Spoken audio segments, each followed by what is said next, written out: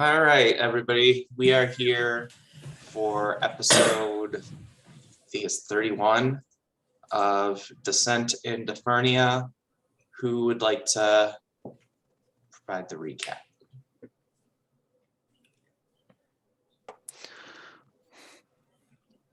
Just like I knew it, we were in a dreamscape. We never left it. We've been there for 6 or 7 years now.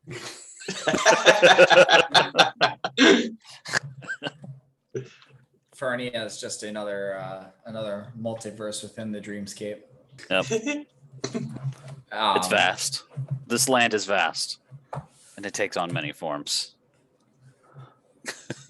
But we did go into a dream. Yeah. We're just trying to work our way fucking through this thing. I think we woke up. Did we? I couldn't remember. It's been a while. Because the walls are closing in on our room, and there was gouts of flame that erupted through the floor, and I think lava. That was the start of it. Yeah, it was the start. Then a 3 foot humanoid figure came in and opened up a door in the floor of the room that was a few inches large, and we jumped in there. Then we spent a while in the next room, which had a box in the middle that was shining and it was made of stone, but we couldn't move it. I think we spent a while trying to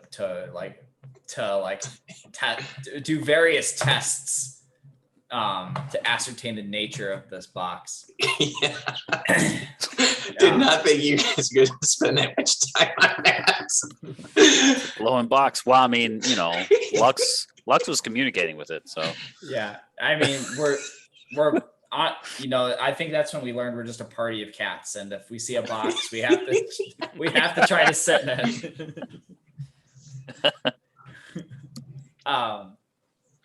Ewan looked out and saw there was doors. He looked out and saw darkness. There was a mimic, and one of which bit Ewan's arm, because he had both of his arms in this world. So it bit his arm that he lost in the waking world. And I don't think we were able to shake it. Yeah. I thought you guys got through that. We did, and then I just have something about Lasis the Kalishtar, which is somebody you can mentally and physically go into the realm of dreams. Dalkur. Yeah.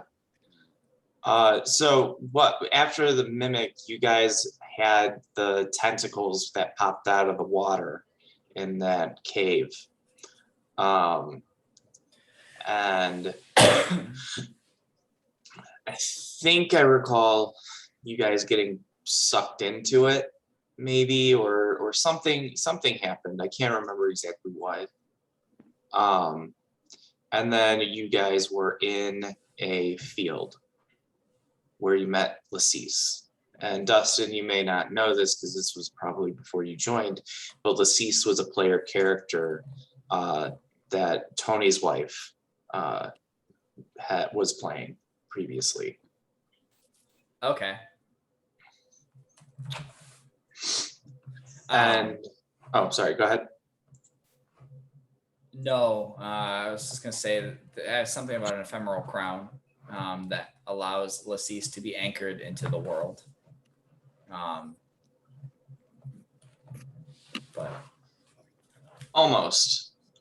So if I try to keep this updated in the tabs on Roll20, where it says under known NPCs in chapter 3, you should have access to Lasis, and it says it gives a summary of what information she provided that was relevant.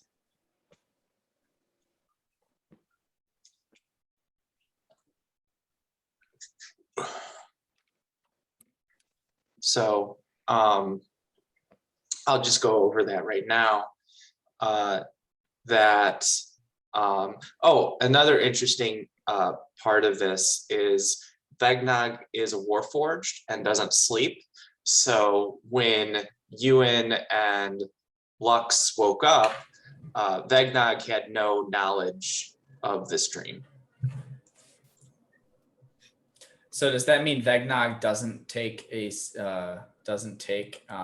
any exhaustion? He's just tired. He doesn't know why. Well, because he was never dreaming. Yeah. So Vegnog. Vegnog was the figment of our dream. yes. Yeah. What a dick. So Vegnog doesn't need to take any exhaustion from that, since Vegnog wasn't really there. It was all just a dream. But anyways, so Lassice appeared hurt in the dream, and she seemed to be really on edge. Her skin and her clothing and her armor had all seen signs of being torn and battle damage. And she explained because she would make numerous disappearances before Lassice left the party, and the players when she would do that were only kind of vaguely aware that she was kind of popping in and out of existence.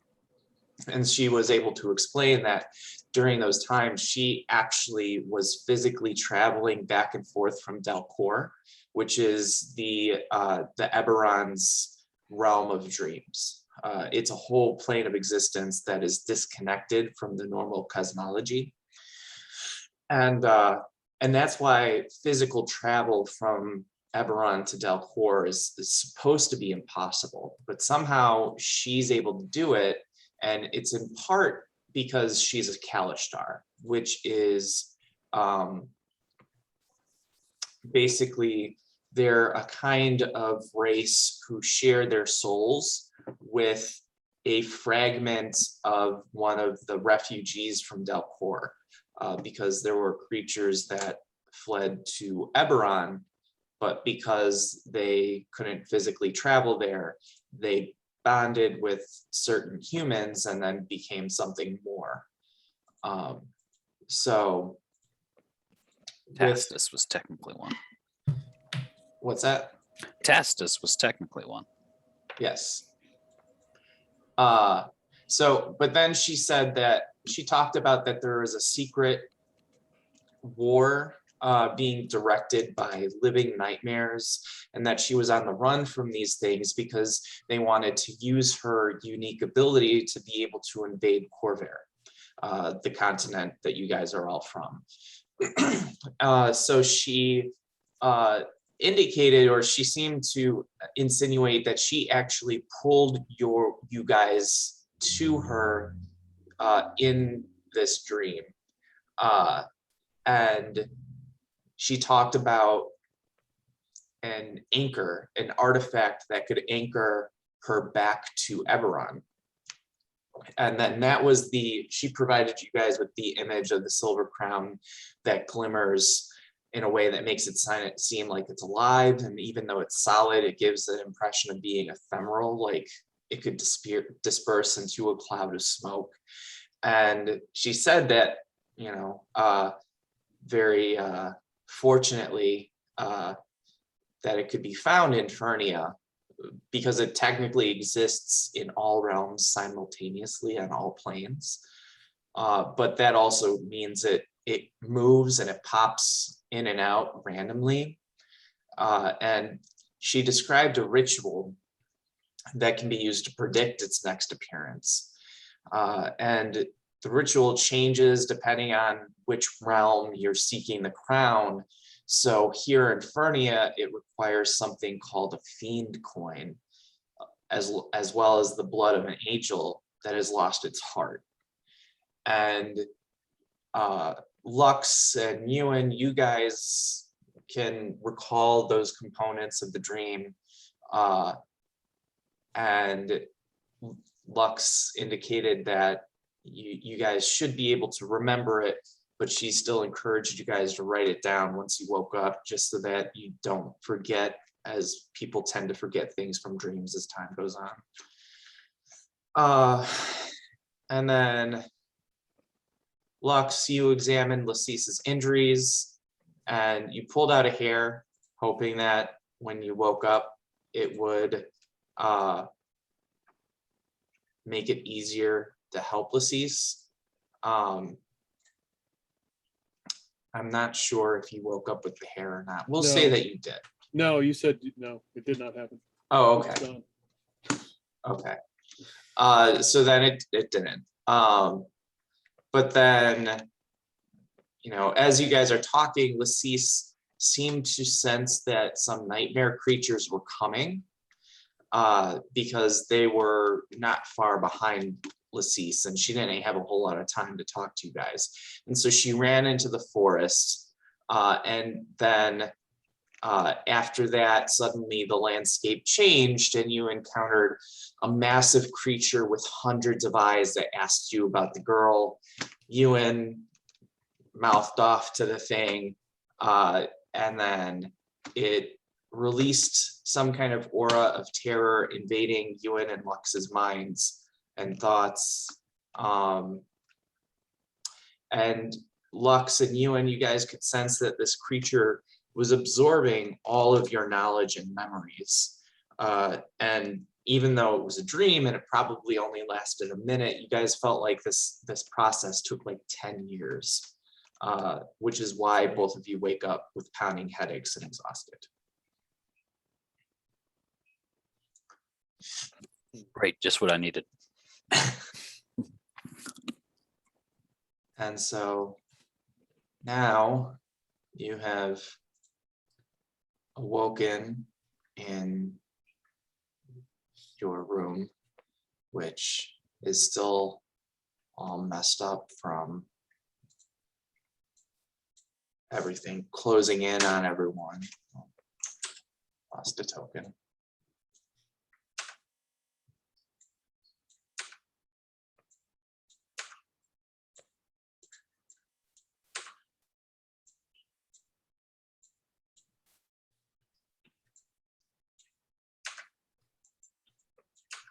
Oh, this is not working. So as Vegnog was powered down, well, as he was kind of in sentry mode, did the bodies of Lux and Ewan, and maybe Brendan's character, if he was tagging along, were they like still the whole night, or were they like, did it look like they were having bad dream, like having nightmares, or was there any sort of external indication I could tell that was going on? Yeah, so Vegnog, make me an insight check, since you know dreaming is kind of a foreign concept for Warforged, and even though you've probably been around humans and heard about it, you might not necessarily think about it as you're watching people sleep. Okay, yeah, so you did get the sense that maybe they were doing this thing that they called dreaming, which is foreign to you, but they seemed to be in some distress, but not anything that seemed like it was necessary to wake them up and make sure that they were okay. You look like you were fighting something in these dreams. Is that what it is called? Yeah, well, at least I had 2 arms.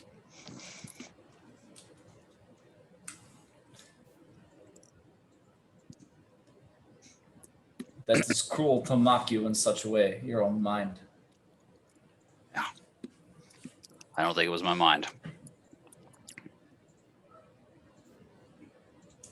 So Lux gets up and gets out her pipe and starts packing it and starts smoking. Mm.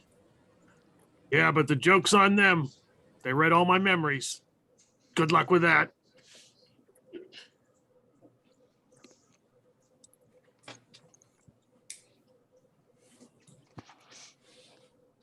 Did they see? What do you mean they read their memories? You even remember anything? How far back does your memory go, Lux? How much is that that stuff there affected it? Gives me clarity. Did they Perfect. see Solomon mewling like a baby? Something like that. He's Oh, going. even before that.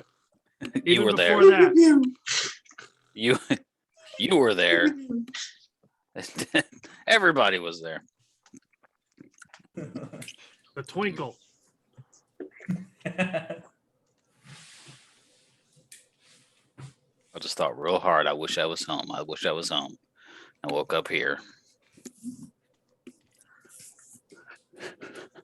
This place does not have luster of home. But You got that right.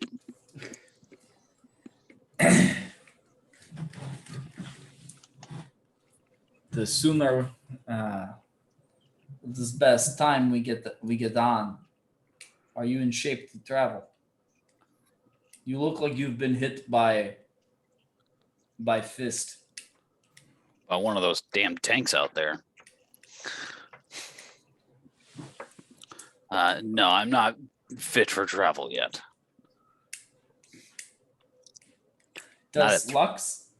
Sorry, go on. Not at 3 levels of exhaustion. Does Lux wake and bake every morning, or is this unusual? Oh, no, that's normal.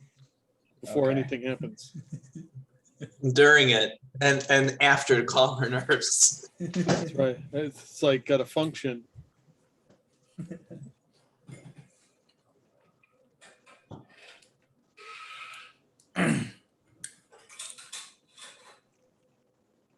Well, I stand by whenever we are ready.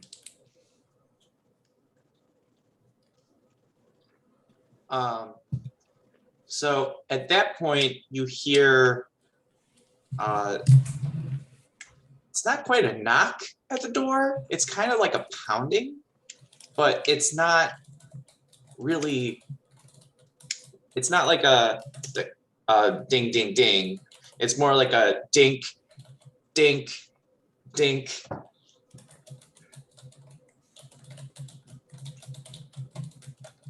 Happens 3 times and then it happens again. Dink, dink, dink. I don't know what they want from us. Vegnog will answer the door. As he goes over there, Mike, ask him to bring more bread. Of course, he'll answer the door with his dagger, held aloft. Okay. And he So opens the when door you- like- when you like say- this. When you say answering the door and holding your dagger, what does that look like? like answering the door, and then I have my dagger like showing like this, because Vegnog thinks it's one of those little goblin turds, or Mhm. like, no, they weren't goblins. I forgot what they're called. Red caps. Red caps. You think it's one of those red cap turds? So he's not terribly thrilled with them. So are you opening the door all the way, just partially, like? Just be partially like, this, so he can get like a view. Okay. So as you open the door, you open it in time to see the last like plink, which is a floating skull ramming, headbutting the door. And this is what it looks like. So it's a skull that's encrusted with pink gemstones and engraved with various runes. And as it hits the door that last time, it kind of bounces off weird because the angle of the door has changed. But then it looks at you and he's like, yes. Do you have any soul coins? Could I get one? If you do, I'll do your laundry or what. Just look. Do you have any soul coins? Sounds like a Like- damn junkie. We're not interested. We don't need one of them around here. And Well, he's- wait. Does Vegna try to shut the door then? he does, yeah. So then it knocks it again, and he's like, wait. They're in the garage. They said that they're waiting for you for something. Well, that is good to know. Yes, we don't have soul coins. Do you have soul coins? No, I could really use a soul coin if you had one to spare. But they're waiting for you in the garage. They said to come and get you. They said that something was ready. Wonderful. This is excellent news. I can tip you with gratitude. Well, I need to show you where it is, man, because this place is kind of a maze. So if you just can come with me to the garage, I'll show you where it is, and then you can do the thing that you need to do, whatever that is, with people in the garage who said that they need you and that something is ready. I can't remember what. I'm not good with details like that. I just know that I'm supposed to come and get you. Ewan's already like getting ready. Give us a minute. Oh, okay. I'll just be sitting, well, flying, floating. I'll be here. So but hurry, please. We gotta go. Just close the door. Yeah. Yeah, he just closes the door.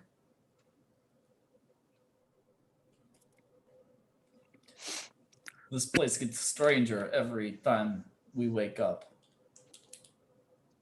Should have seen it Woken while up we were once. sleeping. What'd you say? I said you should have seen it when we were sleeping. That guy was nothing. Till tentacles start coming out of his eyeballs, I'm not worried about it. You be careful what you wish for.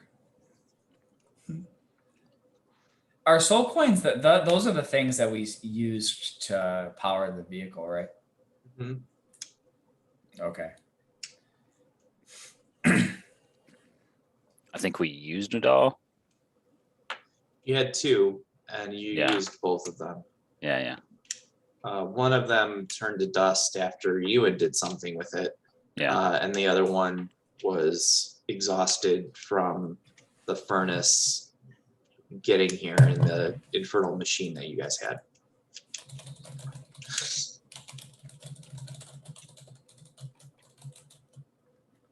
Well,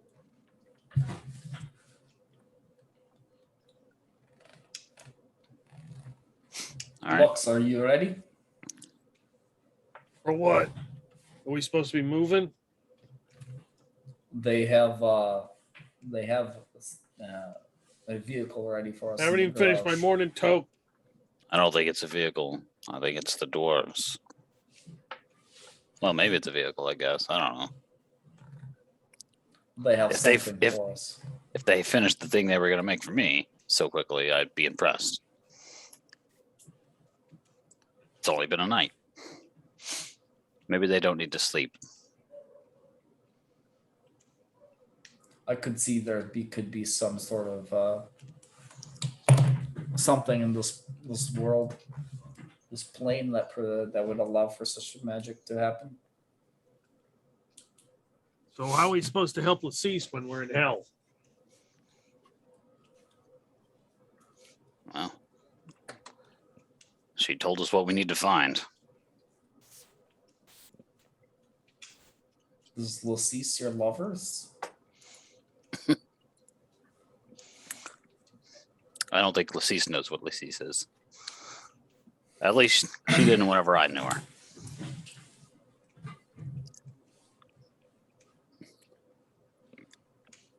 I don't understand, but I'm sure it will become clear in time. Yeah. It was all in the dream.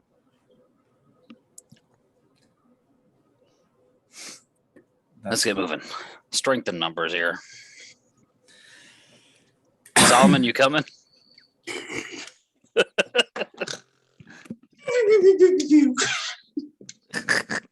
What was Brendan's character name again? It was like Dr. Jane or Project Ezreal. Project Ezreal. Yeah, Dr. Yeah. Sheev was the one before that. Okay. Whose voice you guys were hearing during, because he was the voice of the tentacles. Which tentacles? The ones trying to drag you down into the The lake. friendly ones. I know. Yeah. The not as rapey ones. Right.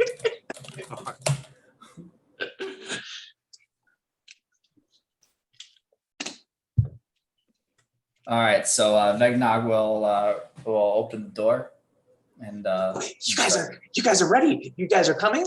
Are we gonna go? Is this everybody? Can we get going? And then it's like kind of flying around. Hey, I'll give you a hint as to where they hide those coins if you stop talking and just take us there. He stops talking, but now his teeth are chattering. This may be his way of showing excitement.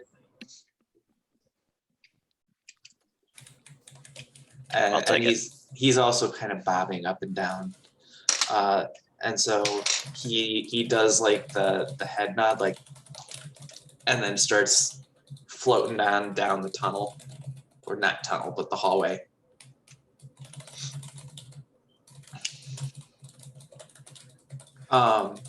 So as you guys follow him through the halls, you notice that all the halls seem to be made of the same kind of yellowstone substance, like sandstone.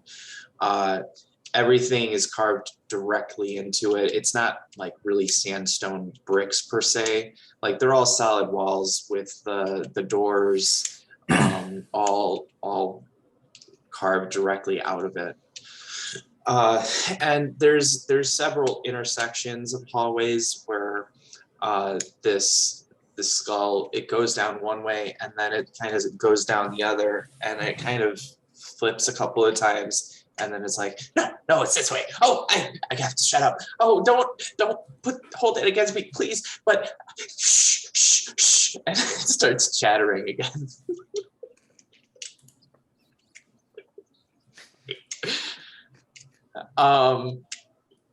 So that happens a couple of times, and then eventually he leads you to the garage, and this is what you guys see.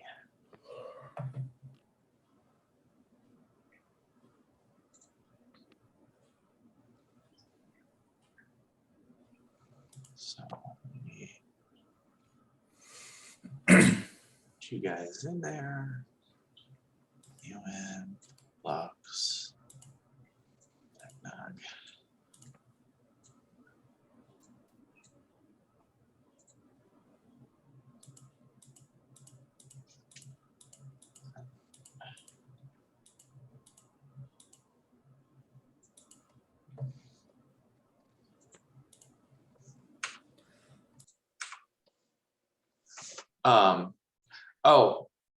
Before you go, I forgot to mention, Solomon wakes up. Wait, does he have this? Let me just see.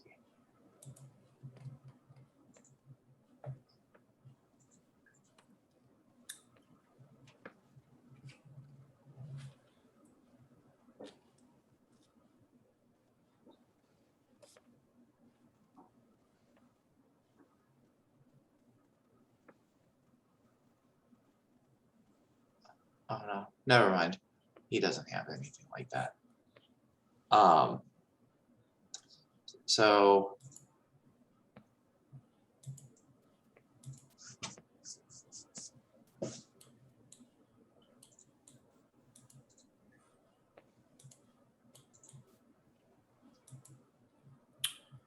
leads it you dark? to Is it dark in here? Except for the light, the glowing light sources at the top.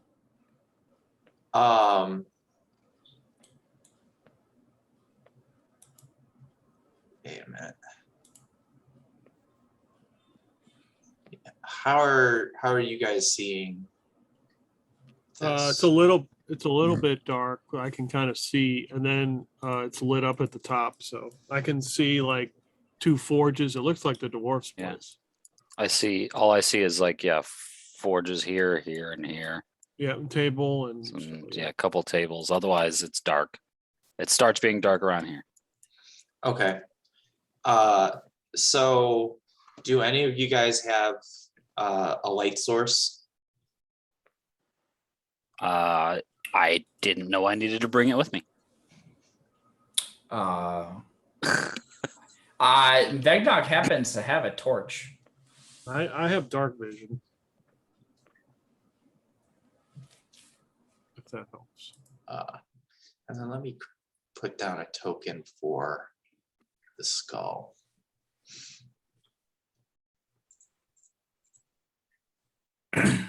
We'll use the abyssal chicken for him.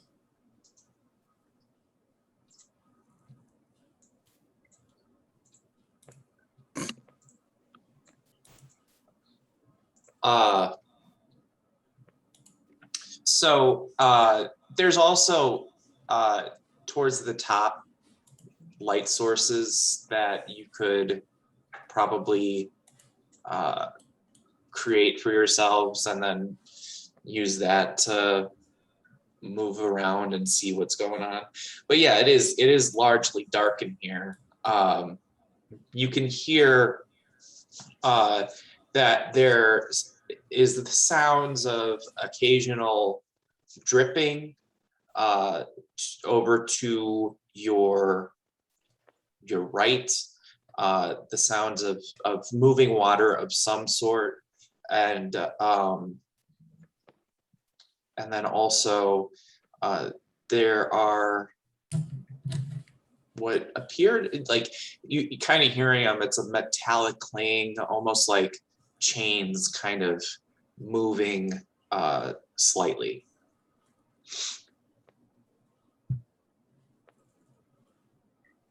Is this darkness just natural, kind of just happens to be dark, or is it some sort of magic? I mean, if it was magical darkness, Lux, you wouldn't be able to see through it. Okay.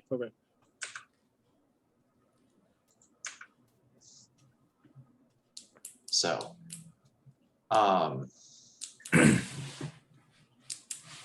so yeah, so the abyssal, or not the abyssal chicken, but the skull is saying, "Come on, guys, over here, this way. They're over here," and then it makes its way up. Does the skull give off a glow? No. So Vegnog will strike his torch, or like walk up to the north side and dunk his torch in the molten fires to ignite it and follow. Okay, so the fire is over here. Yeah. Okay. So do you have access to the torch object or token? It should be under player characters, torch and miscellaneous tokens.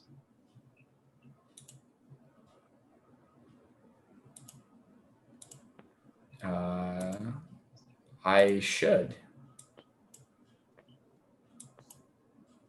Yes. Okay.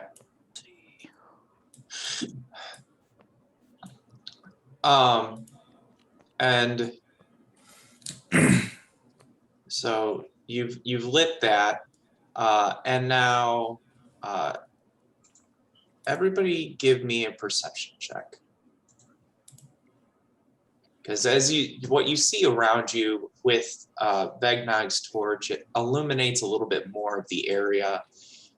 So what you guys are able to see is that this is not just a garage with several forges, but there's also supplies over to this side.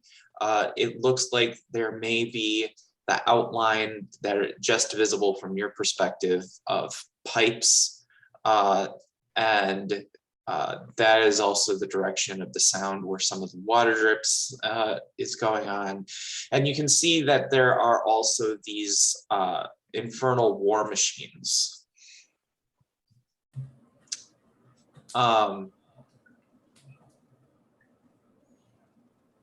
Ewan, did you roll perception?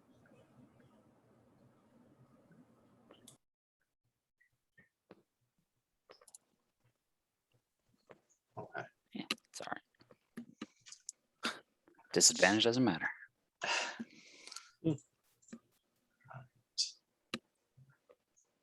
So, Peter, I'm gonna send you a message. Okay, so Lux goes and finds the stool that's like next to the fire there, and sits next to it because it's probably chilly in this place. Probably get some heat.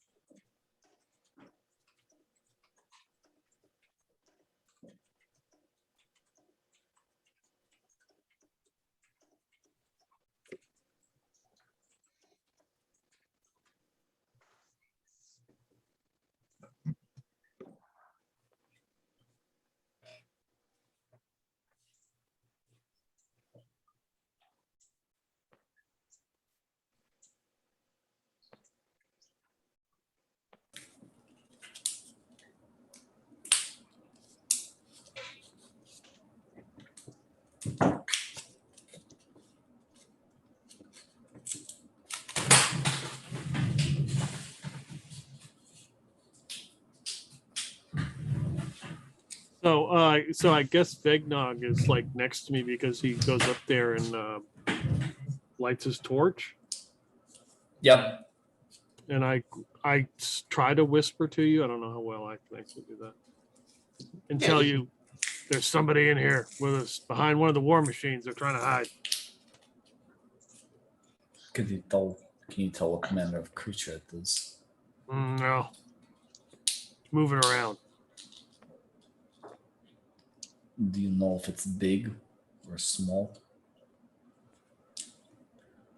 I just caught a glimpse of it. You never know. I'll grab this saw off the table. Meanwhile, the skull, whose name he neither offered nor you asked, begins kind of bouncing around in the air. He says, "They'll be here just a minute. Just a minute. You just need to be here. Wait just a minute, because oh, I'm supposed to stop talking. Please don't. I swear this would be the last thing. I just need to. It's hard not to talk, but I need those soul coins, man." What are you talking about? We have no soul coins. But that guy, and then he kind of like nods to Ewan. But that guy said that he would tell me where their stash is. Yeah, and then he started talking some more. Oh no. And then he starts like floating up high, and he begins hitting his head on the ceiling, like banging his head. Come on, Ewan, just give him a hint.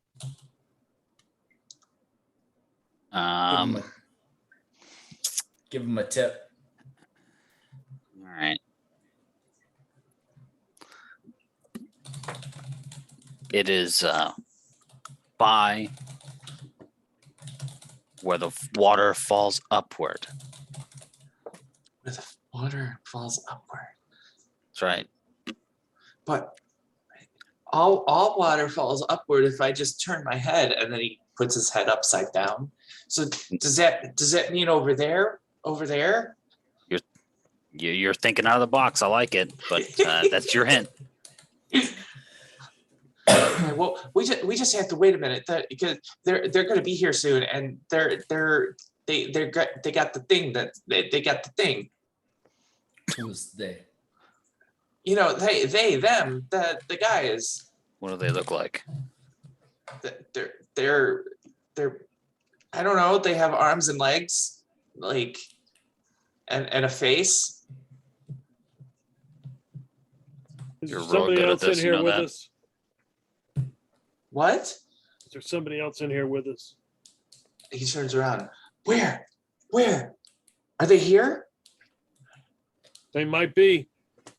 And I point to the war machine where I saw something move. They could be trying to scope out your soul coins right now, trying to find out where they're at. So as you point there where you see something move, you see a couple of red lights kind of fade into view from with the shadows of the darkness. And then you hear a laughter. And then you see another single light. And so that's under here. And then there's another single light underneath this war machine. And crawling out from under them are a couple of red caps. Begnog readies his daggers. And then from around the other one comes this strange red cap. Or maybe it's not even a red cap. It kind of resembles one in some ways. I think I have a handout for that.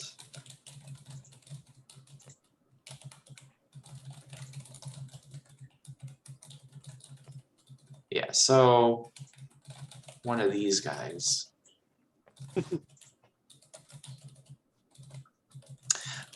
And this one right here only has one eye. And it is looking at Ewan with like absolute fury on his face. As one should. And then the skull goes crazy and is like, "Do you have it? I did what you asked. Do you have it? Do you have it?" And then he says, "Shut up!" And he flips a coin. He chucks a big soul coin up in the air, and the skull grabs it with his teeth and then flies away. Oh, okay. How high did he throw the soul coin? Well, the ceiling here is pretty high because it's meant to house these infernal war machines. So, Okay, I guess I if I had a chance to grab that thing, I would, but I don't know if I'd be close enough. well, you have a pretty good jump, right? Yeah, I do. Okay. Give me an athletics check to try and make the jump. Acrobatics? Athletics is, well, as a monk, yeah, you can use acrobatics. By the way, here. Oh, and it's a disadvantage, isn't it? To have a Yeah. level of exhaustion. Crap. Okay. Damn. So now let's see. That's still a good disadvantage roll.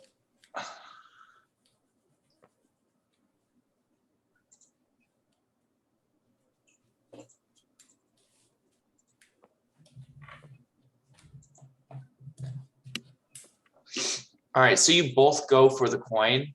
but you snatch it from the jaws of this skull. Hey, that's mine. That's mine. That's mine. Give it. That's mine. What's that, huh? Hey, you want it back? Might have to want to help us. Maybe there's more where that came from. And then the red caps in front of you, it just says, remember, you only that Mad Maggie only needs to examine the skulls. Keep those intact.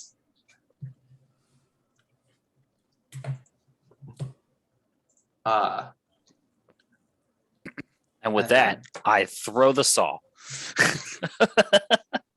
All right, so go ahead and make that attack roll, and then we'll roll initiative. And who do you throw it at? The one, whoever said that. That'd be One Eye. Who, just as a reminder, you were the one that took his eye. I don't think so. That was was, Vegnog. That was Vegnog. Oh, that was His Vegnog. Oh, then it's I was out on the. Yeah, I was out. on the Yeah, bed. he was being a peeping Tom. He's the reason that Vegnog doesn't like red caps. oh I definitely irritated him some more. 100% did.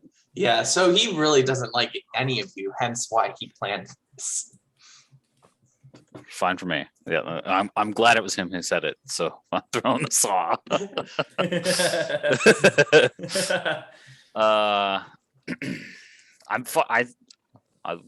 Reminder: half hit points, 3 levels of exhaustion, 1 arm.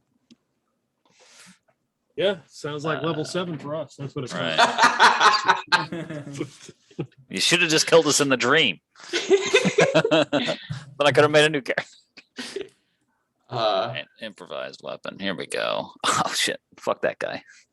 Let's see.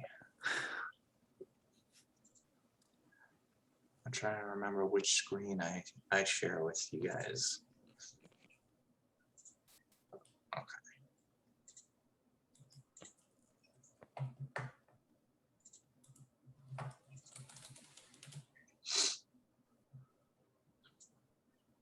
All right, so 20. Why is it not letting me select these things?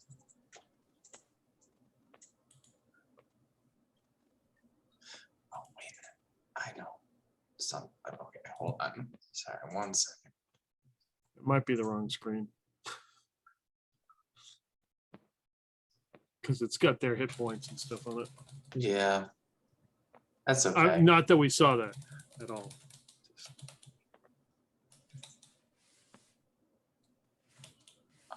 Oh, I'm on the wrong layer. That's why.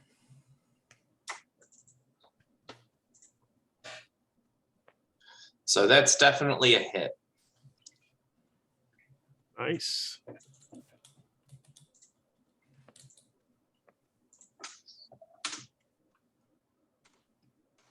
So you strike the thing with the saw. As it tumbles end over end, it knocks him in the head with the handle side before clattering to the floor.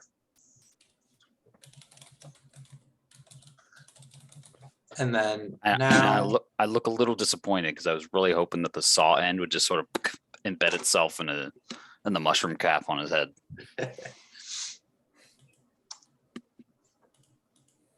Yeah, this is better because now I can. This is why I couldn't see what you guys were seeing. All right, so now let's everybody. Hold on, don't do initiative yet. I need to clear it from the other one. This time I actually remembered. A chicken. Clear. All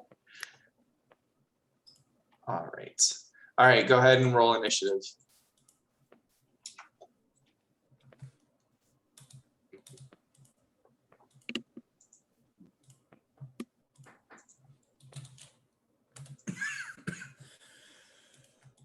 Oh, is there having a whisper in my myself. That's not what I want.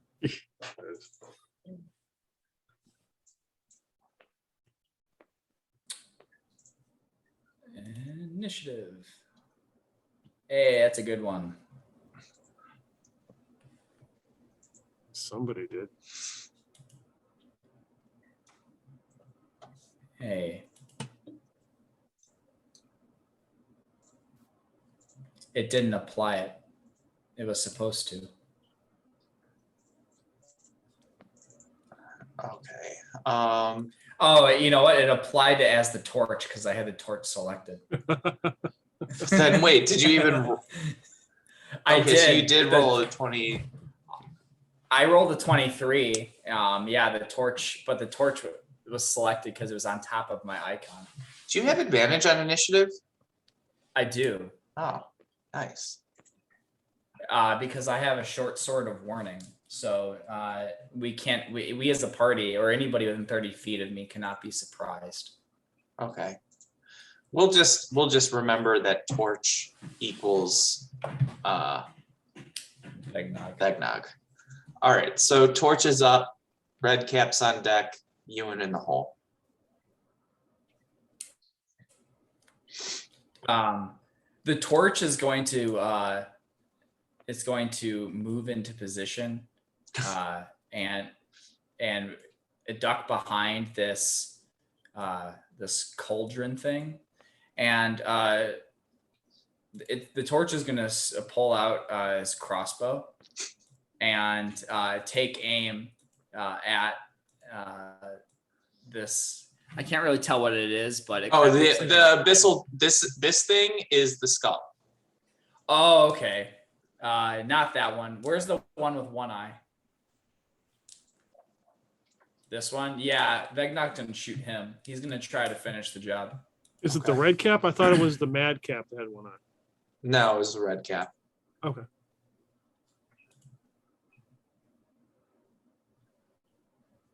Nice. All right, so that's a hit.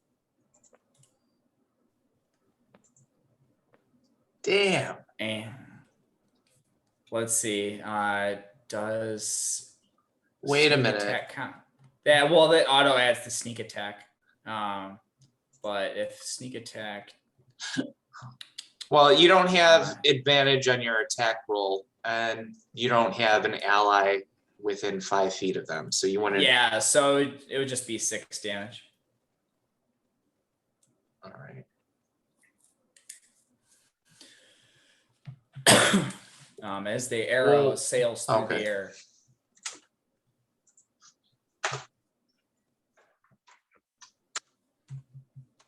All right. So, yeah, the arrow just grazes the red cap in the shoulder. And then this guy is going to attempt to jump up onto the table. So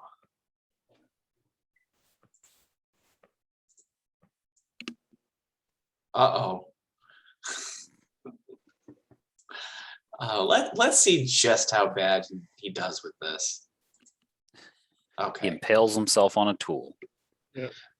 So as he jumps, he makes it onto the table, but he slips and catches his chin on this gem right here. So he's actually prone on the table and dazed. So he's going to lose his turn.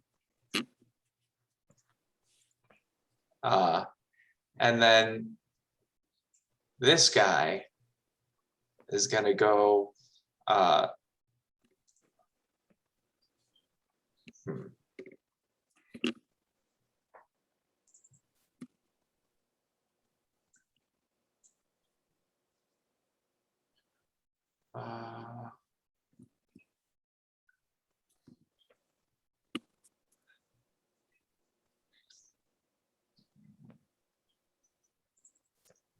He's going to go up to Ewan and he's going to begin slashing at you with his sickle.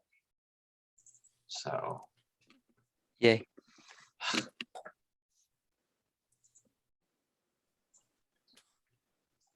Uh-oh. What is happening? Okay, so let's See, see. the tables have turned. Let's see if he critically fails. Does an 18 hit you? Yeah. Okay, so it's not a critical fail, but it is still a fail.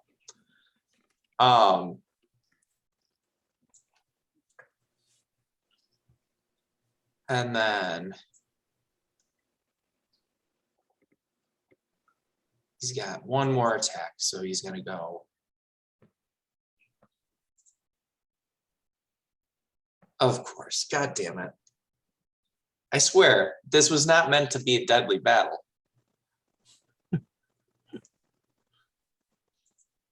Does a 14 hit you? No. Okay, well, thank God for that. So you take 12 damage. Lovely. I guess I'll. No, I can't. I don't want to do that yet. I'll wait.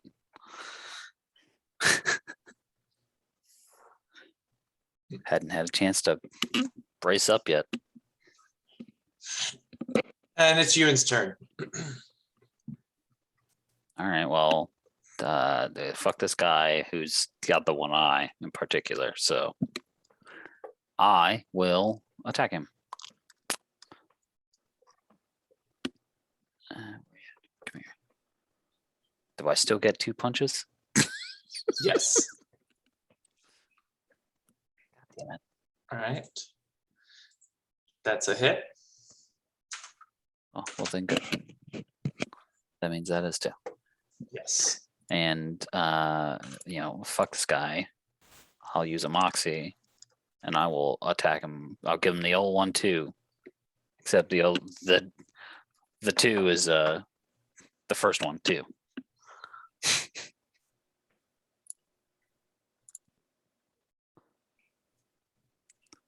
It's a real shame.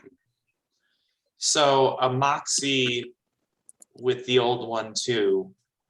Mm-hmm. So that gives you 2 more attacks. Yeah. Okay. So you knocked the shit out of this guy. The one- Go. The one with the one eye? Yeah. Okay. Go ahead and describe how you deal with him. As he approaches me and he slices at me, he gets me once, but I fucking have a foot out and I've like foot right to the face, breaking in some of his teeth, and then I fucking just grab him with my one good arm and just fucking ragdoll this son of a bitch. Do you kill him or just knock him out? No, I'm gonna kill that son of a bitch. Fuck that guy. Okay. All right, so you ragdoll him right into the blades of the war machine, or how do you do that? No, I'm just slamming his ass on the ground. All right, so you're Like doing the Hulk to Loki. to Loki. That was Yeah, exactly what I was going to say.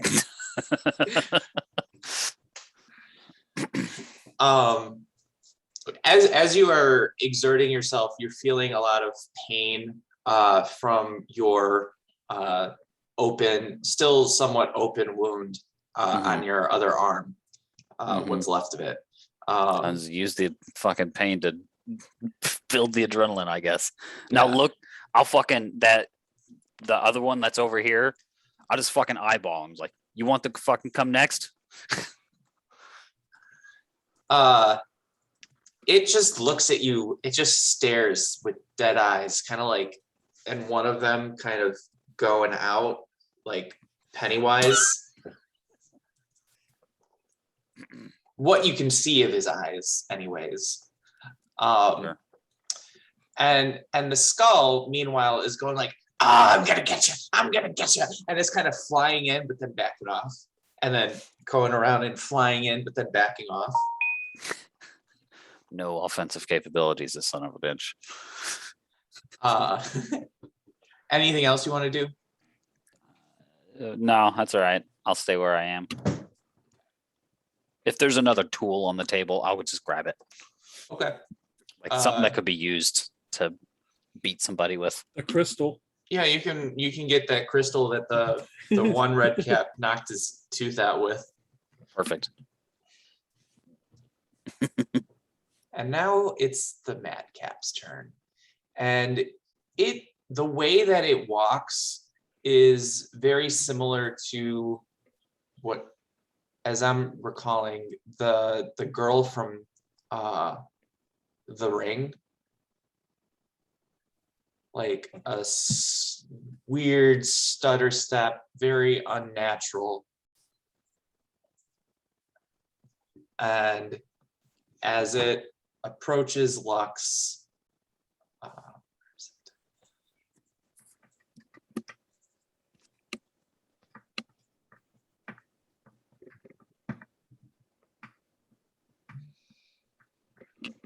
and it begins swinging its sickle, but the whole thing seems to be made out of shadow. So, first attack, another natural one. Wow. Does a 19 hit you? Yep. Okay, so then it's just a fail. It's not a critical fail. Then its second attack. Does an 18 hit you? Yep. All right. So you take 3 wisdom damage. And that's its turn. A key stat for a monk. Lux, you're up. Should take her arms too.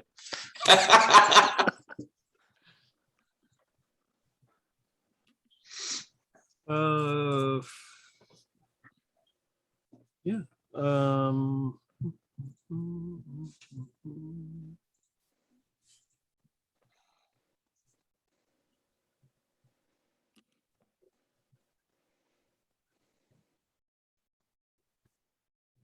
Lux, as the shadow sickle passes through you, you feel like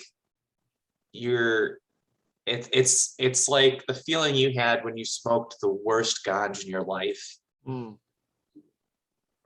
Like with your head just cloudy, but in a really terrible way.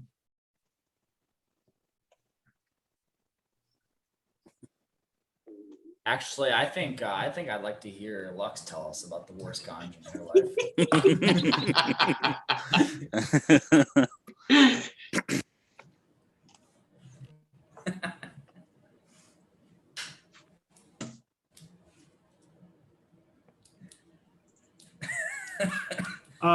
So if I use a key point, I can disengage with this dude Yes. as a bonus action. Yes. That's what I'm going to do. Okay. And I'm going to jump all the way over here to this table. Okay. And then I'm going to beat the crap out of this guy. All right.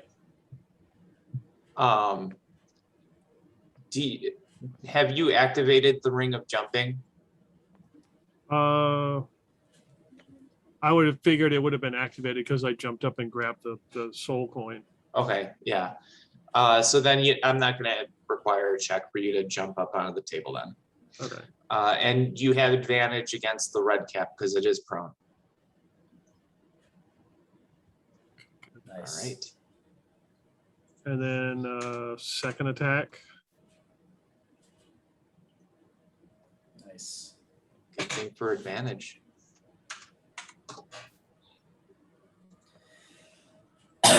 Anything else? I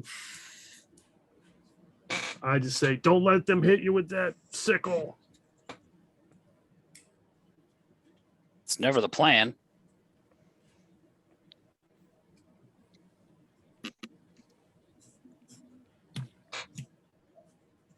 All right. Back up to the top. Vegnog is up. Red cap's on deck. Ewan in the hole. Vegnog, that's a torch. That's not Vegnug. It's a burning brand. Also, I'm sorry, I don't know why, but I'm suddenly picturing Lux, a frail old lady, half orc in a cloak, just dropping the people's elbow on this red cap on the table. And it is a glorious picture in my head.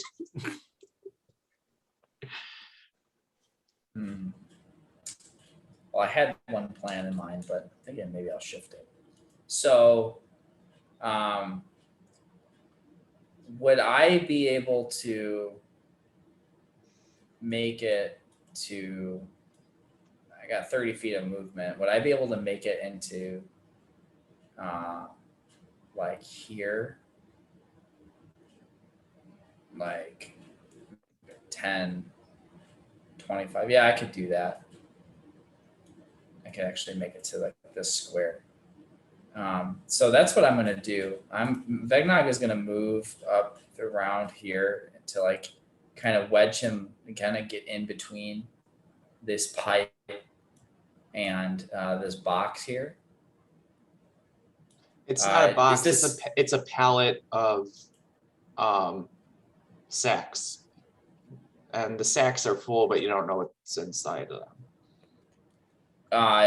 Would I be able to?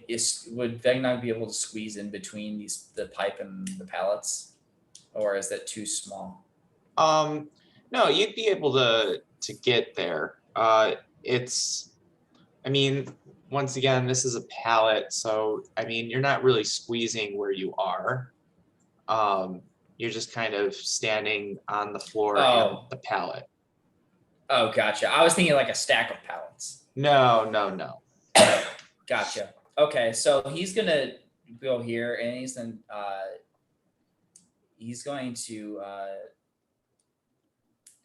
aim at this fellow, Mm-hmm. and So not aim, but like he's gonna shoot him with his bow. okay, so he is prone, so technically you have disadvantage on the attack. It doesn't matter anyway. Yeah, I can. I'll roll to confirm. Oof. That is not a hit. All right. D100. Yep, D100. Let's see, where is it? Charts. Critical fail chart. 42. So you're immobilized until the end of your next turn.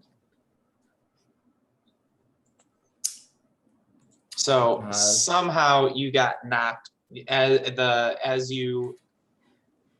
It's a crossbow, right? Yeah. The crossbow malfunctioned and backfired a little bit, causing you to knock into this pipe behind you, and your foot gets stuck in it. And so now you have to pull your foot out from being wedged in there before you can move again. Damn. All right. I guess that is my turn then, since I can't take my bonus action to do what I wanted to do. What were you going to use your bonus action for? I was going to try to hide. Okay. But if my foot's stuck, then and I can't move, then and these pallets aren't really tall. Like it's just pallets on the floor. There's really nowhere to hide. Well, you could theoretically hide here behind some of the sacks. And you get the sense that this guy, because he's knocked on his stomach, isn't really directly looking at you, nor is this guy. He's more focused. He seems to be focused on these two. So I would say if you want to spend an action point, I'll let you roll an athletics check to pull your foot out, and then you can move. I'm gonna hold on that because I'm not in immediate danger at the moment. So, Okay. but that's it for my turn. All right. So now red caps. So this guy, he gets up, looks at you, Lux, from about, waist, chest high, because these guys are kind of small. And he goes to like tackle you.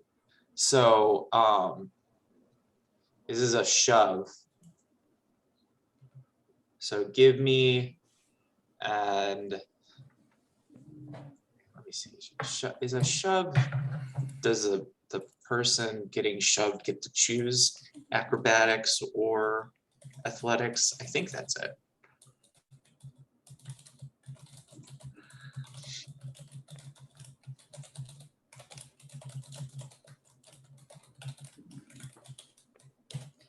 Yeah, so you would be able to choose your acrobatics, Okay. and it's an opposed check.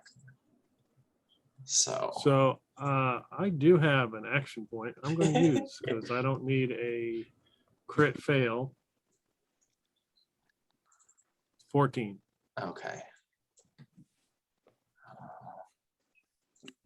Yeah. Crit fail, he crit wins, and 15.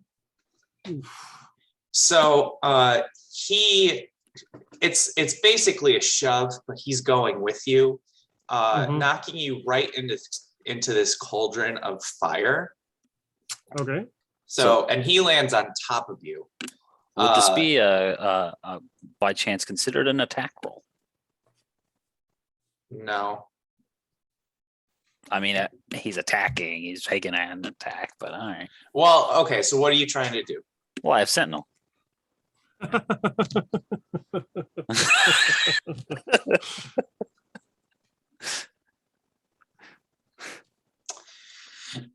So if this were just if this were a normal shove, I'd say okay, but he's actually going with Lux, and so in my head it's a little bit harder to strike at the red cap and prevent that movement without a chance for hitting Lux. Okay.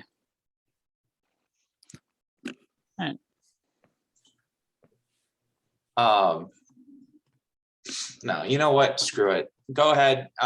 Roll your attack roll. It's an attack. Mm-hmm.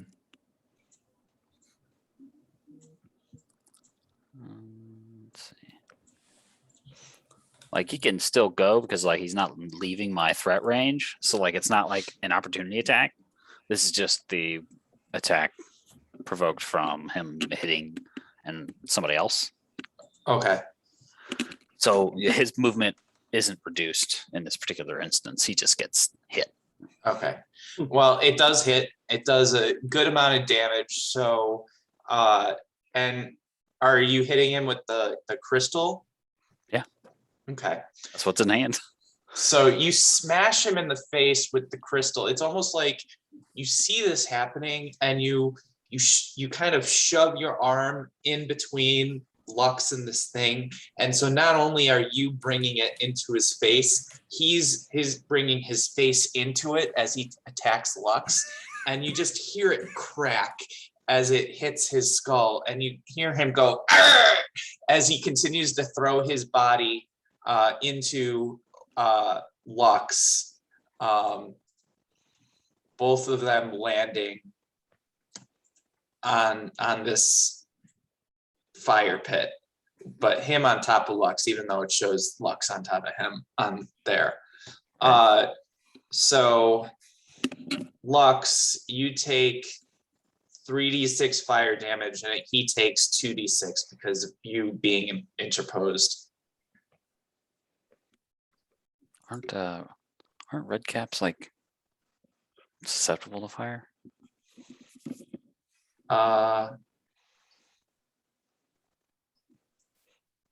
It might not be, but Not that I'm aware of. Not these ones.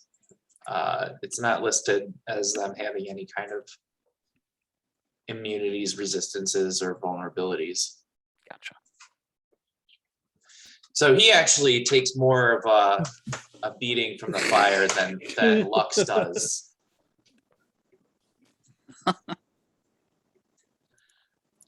Lux knows how to fall.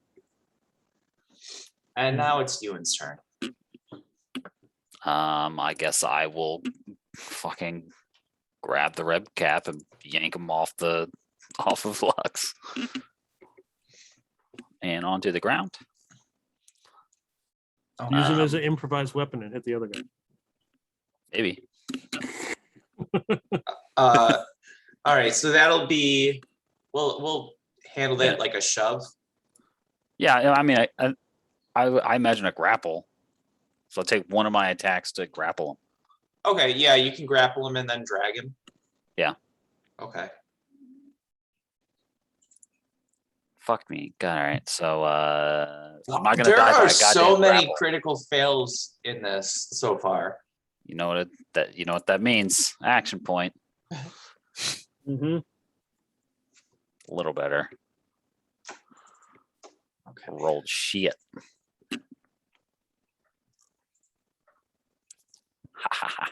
But Fuck better yeah. than it did. So I grab him.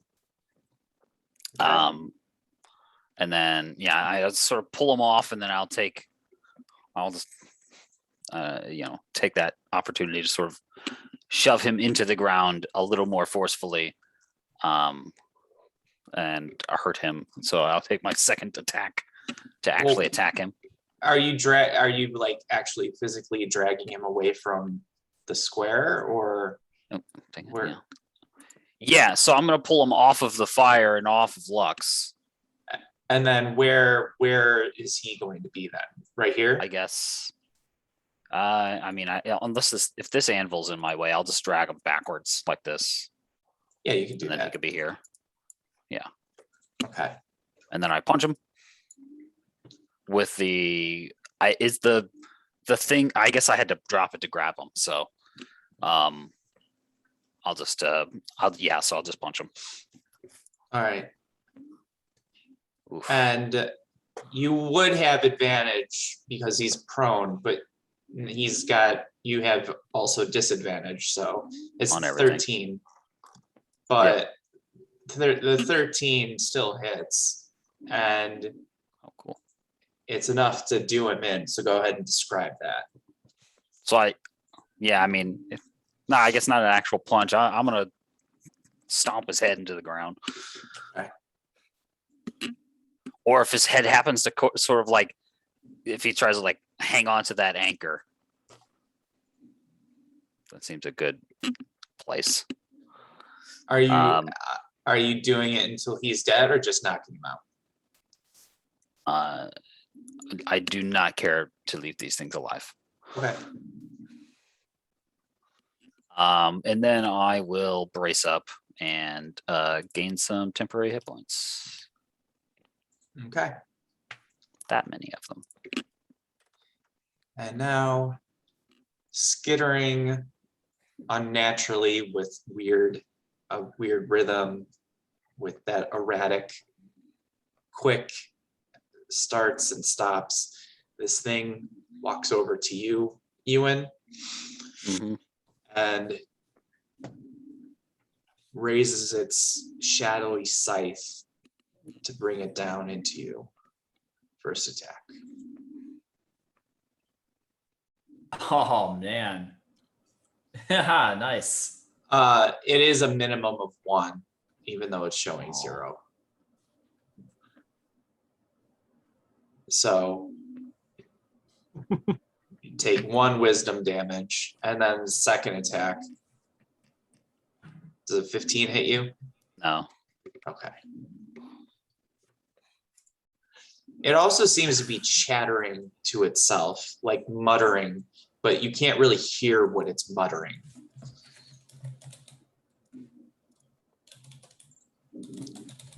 All right, Lux, you're up. Oh, well, I'm gonna get out of the cauldron here. Oh yeah, so you start in the cauldron, so you take another 3d6 damage at the start of your turn. Damn. Okay.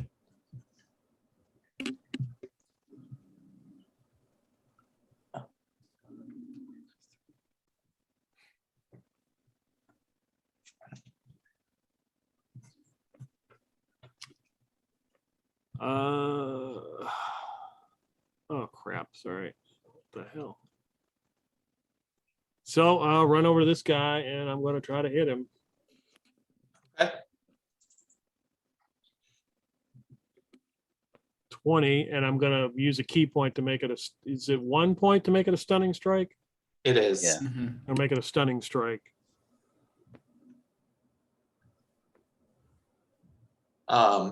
So in reaction to taking that damage,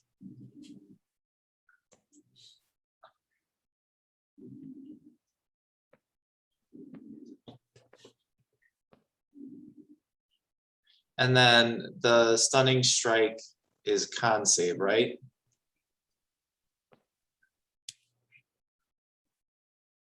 Hold on. Stunning strike. Con save.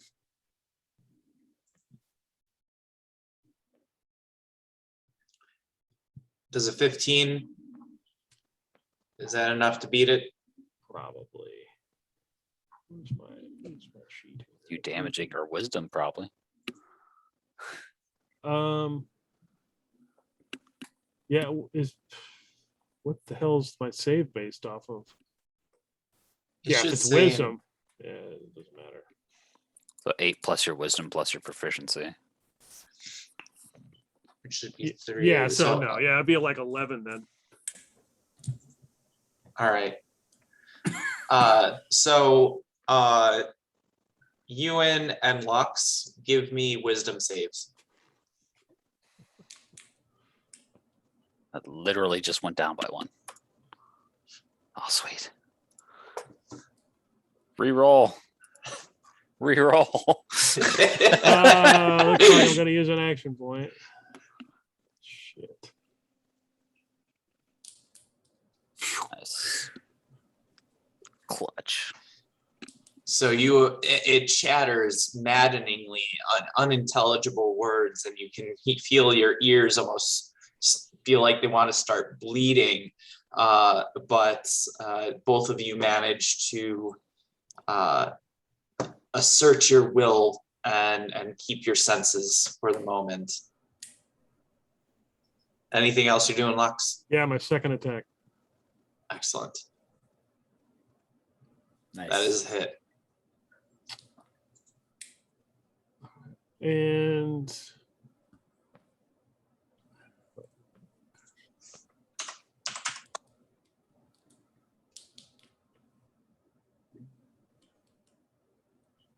why do I think, no, that's it, right? I can't use bonus action and attack, right? What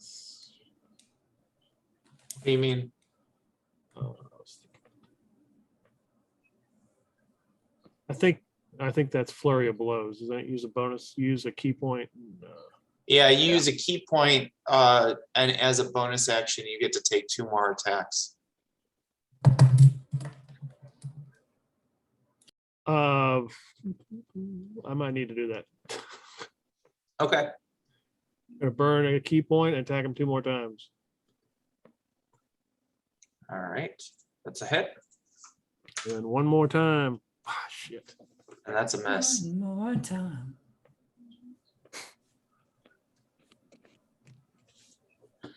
All right. Vegnog the torch. Vegnog raises. It's actually a short bow. I thought it was a crossbow too. I'd probably want to reskin it as a crossbow, but he raises his bow and like he doesn't really breathe, but he just becomes motionless. And I'm gonna use the aim action as my bonus action Okay. to get advantage, and Mhm. then I'm going to fire at the creature.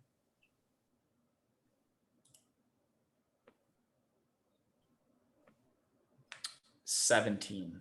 That's a hit with sneak attack. With sneak attacks. So it does 20.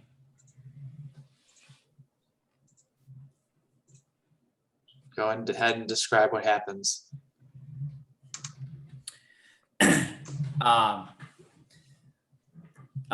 Like a machine, he has this precision, still precision, and he lets go of the arrow, and it soars through the air at a frightening speed as it comes smack in through the eye, the right eye of the madcap, exiting and protruding out the back. On the stool and the sack behind him where his body lay is this black ichor that's now covers it. Nice. All right, so you guys have dealt with the red caps and the madcap, and the skull is continuing to chatter above your heads. I want my soul coin. You took my soul coin. Give me my soul coin. I want my soul coin. Does he ever float near, like close enough to reach and grab him? No, he's a coward.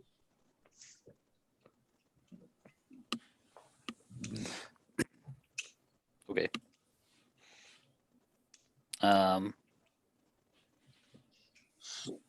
And then after a moment, he looks at Lux, and his voice kind of changes, and he says, "Look, I'm sorry, we got on the wrong foot. Please give me the soul coin. I want the soul coin. Please, I'll do anything. I'll do whatever you want. I don't care how perverted or whatever. I'll do it. I just need the soul coin. Can you give me a soul coin, please? You don't understand what it means to me to have a soul coin." What do you do with soul coins? Oh, I eat them, of course. I absorb their energy. It gives me vitality. It makes me closer to what I used to be before Mad Maggie. Oh, please, just a little taste. Just give me a taste. That's all I want. What were you before Maggie got to you? Oh, I was a lich, a very powerful wizard necromancer. Oh, so many subjects I ruled, and I did so much research, and it was glorious, and I had power, and I had pride, and I had all the things that one could want, and then she took everything from me, and now I am in this sad state, seeking just a small bit of power so I can be a little bit more like I used to be. Oh, please, please.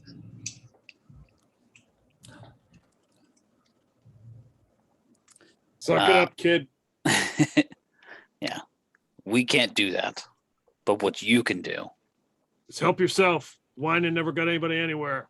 that's right. I hope you rot in the hells and just, oh my God, I hope the worms crawl into your mouth and they bore into the roof of your palate and then just take all the flesh out of it and dig right into your brain. And I hope that it manipulates the centers where your memories are stored. You can no longer remember who you are, but you are in a living death, you fucking son of a bitch. And then it flies away.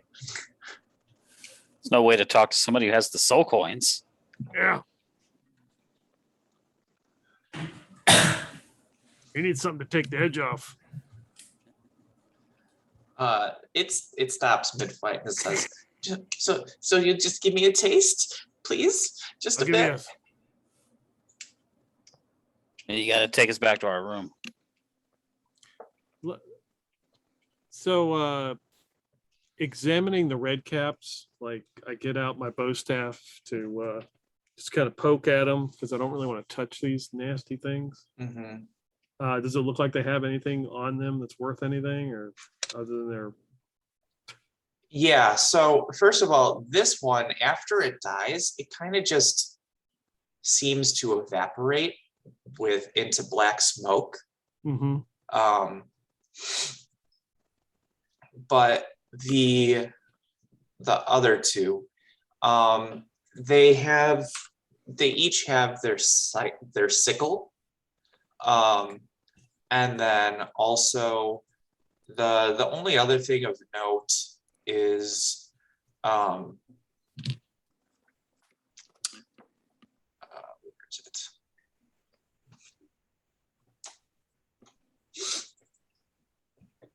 They have these really heavy iron boots that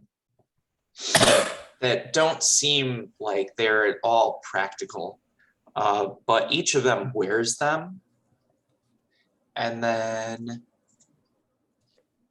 let's see if they have anything else on them.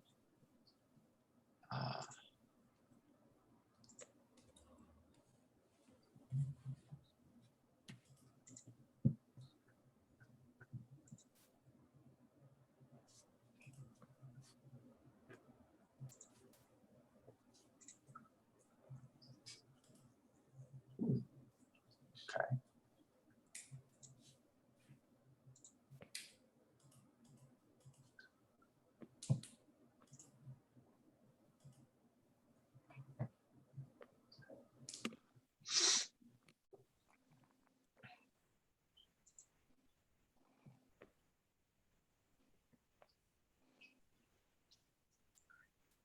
Interesting. So the one with one eye has something strapped across its back.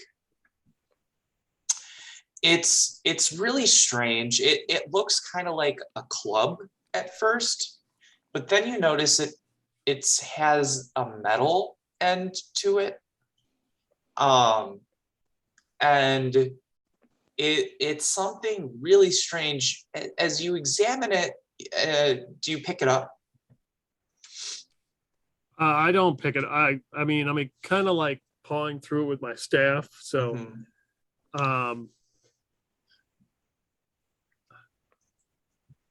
Well, it kind of looks like a crossbow almost, but not a crossbow that you've ever seen before, because it doesn't have an actual bowstring or, bow forming the cross. It's like a crossbow without the actual bow on it, and the center is made of iron. well, I'm a lot less wiser these days, so I'm going to go and pick it up. Okay. Let's see if I can find a picture of it.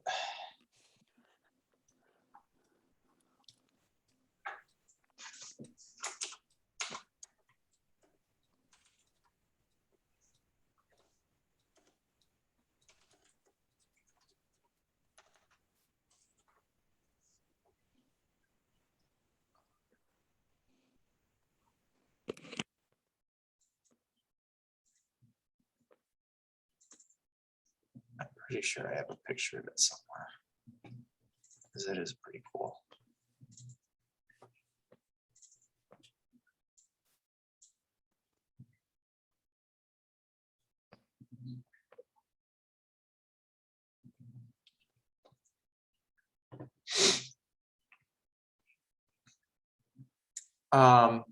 Okay, I can't find a picture of it right now, but it has interesting engravings and embellishments, some of which look to resemble skulls.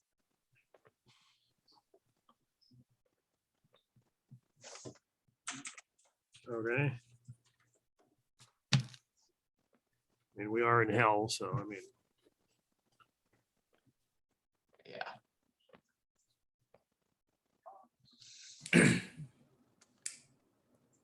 And let me see. Let me pull up the item description and then see if there's any other things that you can learn about it.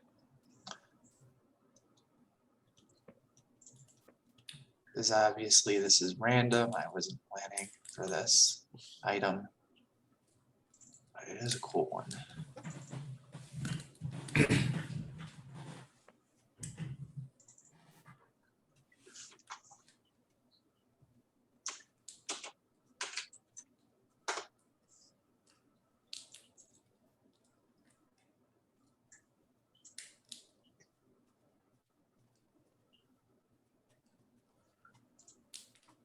Okay. Um,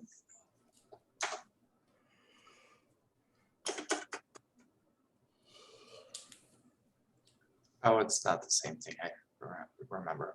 Yeah, so it's it looks kind of similar to a shotgun. Of course, Lux likely hasn't seen a shotgun, so she wouldn't know what that is, but that's kind of what the appearance is. Okay. All right. So that's pretty much the only things of note on these guys. Yeah. Neither one of them has any gold or anything like that. So So anybody know what this is? And help me pick these bodies up and chuck them into the furnace. Of course. Has Vegnog seen this? Can he try to identify it?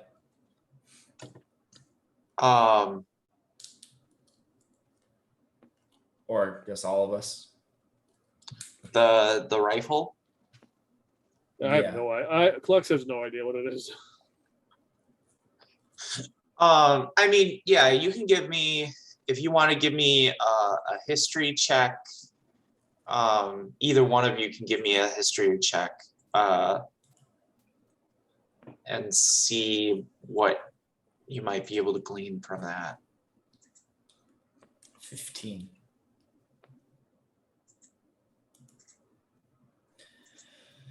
Okay, so you feel like you have a somewhat good grasp on how it functions. It's supposed to function similar to a crossbow.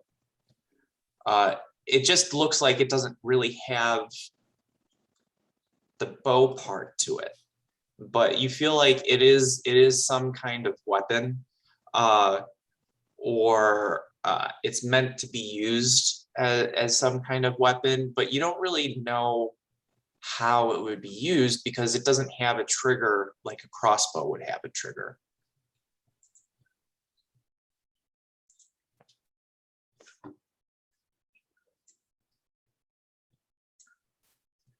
Interesting. It appears to be some sort of weapon, but I cannot determine its firing mechanism. Oh, so I can't hit anybody with it. Not yet. If you could figure it out, Vegnog, it's yours. I will spend my downtime looking at it and playing with it. Hey, do you guys mind if we take a 5-minute break? Oh, that's fine. Yeah, not at all.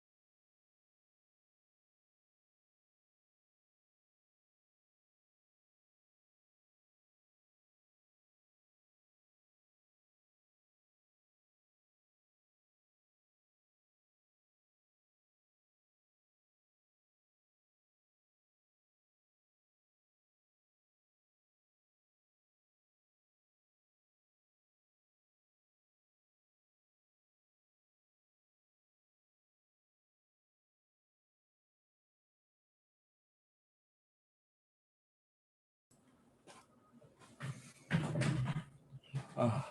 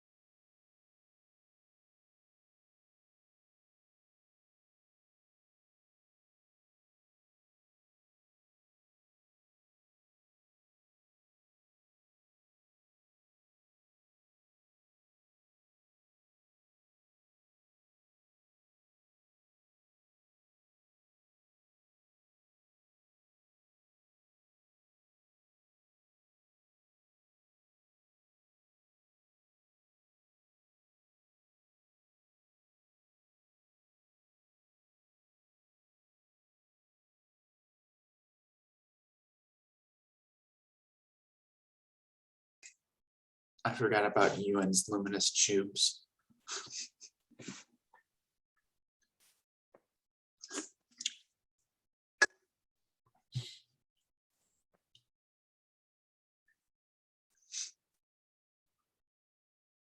I don't think. I think that might have been before my time. I can't remember exactly where they are, what he got them for. There was something that happened though.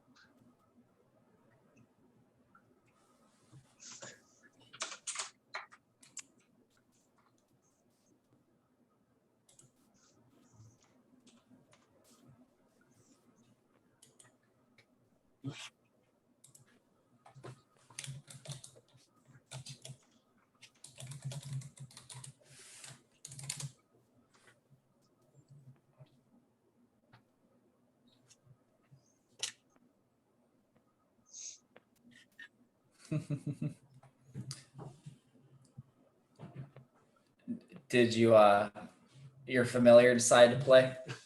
Yeah.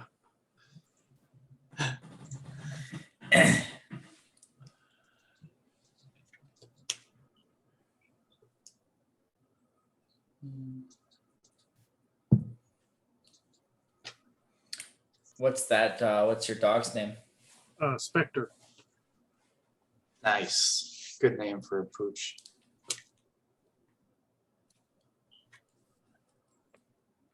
Is what is that a? I know because I know you go to the rescue a lot, like Mhm. the Great Dane rescue. Is that a Great Dane? Doberman. Doberman.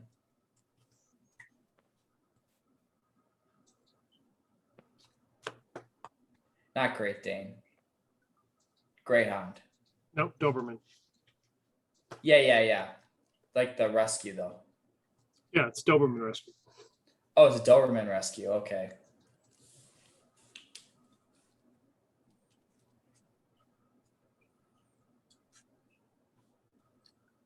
It's cute.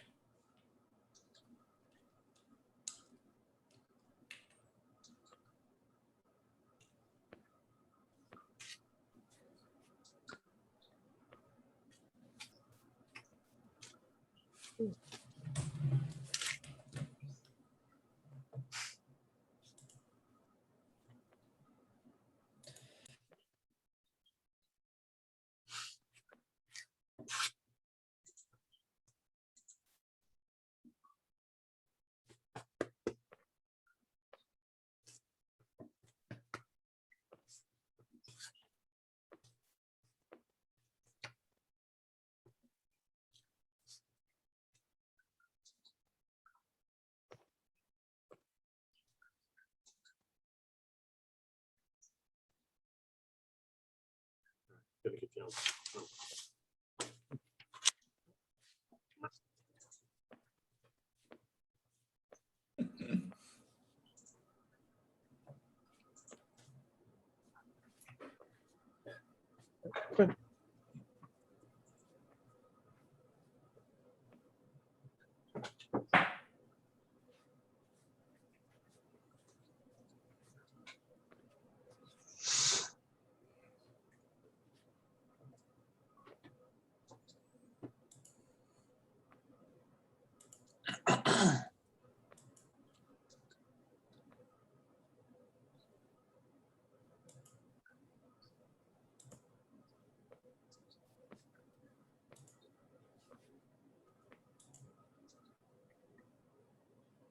Uh-oh.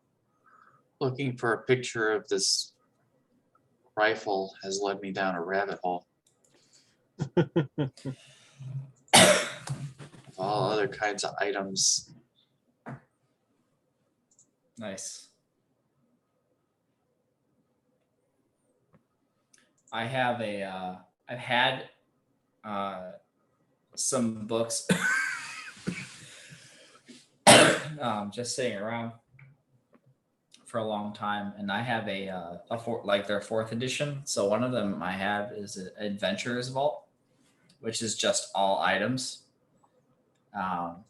Which there are some really cool items in there. Oh yeah. Like a couple of the things that fourth edition did really well is some of the magic items that they made, as well as the way that they designed monsters.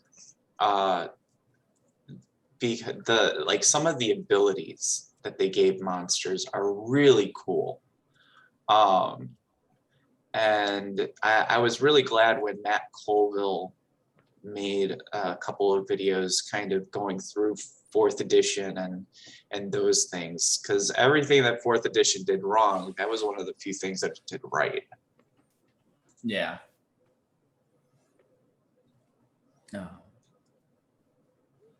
Yeah, I've played, like, I've looked through the monster stat blocks, which is yeah, they were pretty cool.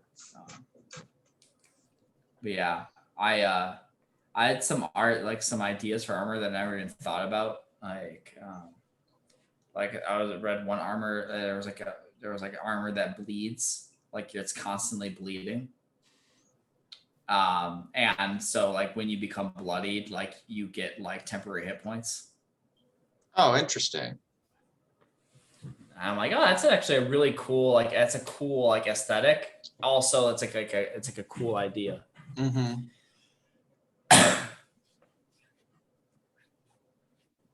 So Yeah, that is pretty neat. yeah. Had it sitting on my shelf for like 15 years, and I never like it was like I just bought it. Like I never really looked through it.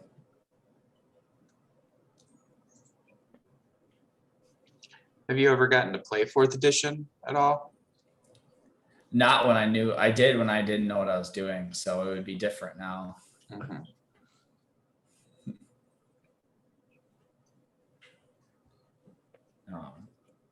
Yeah, I just remember fighting kobolds. It was an interesting system. Yeah. Do you guys ever watch Puffin Forest on YouTube? No, never heard of Puffin Forest. He has. I'm gonna find the video and share it with you guys. It is a fantastic video because it goes through his experience playing fourth edition, and it is so spot on.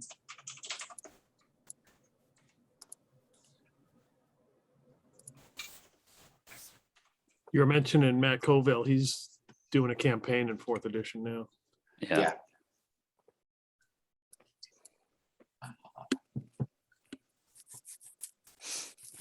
I ran a very, very short game. It was fine. Acquisitions Incorporated started in fourth edition. In fact, they started in like playtest 4th edition.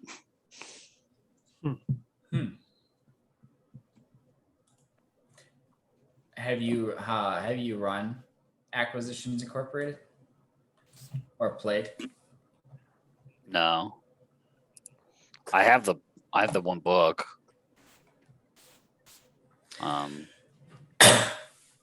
But no, I haven't.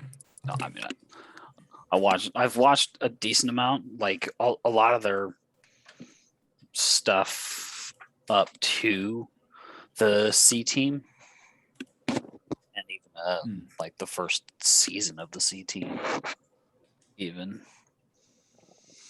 But then I haven't been able to like keep on top of their live things that they did. I know Jeremy Crawford took over for Perkins as a DM for the main group of them. But I haven't been able to watch any of those.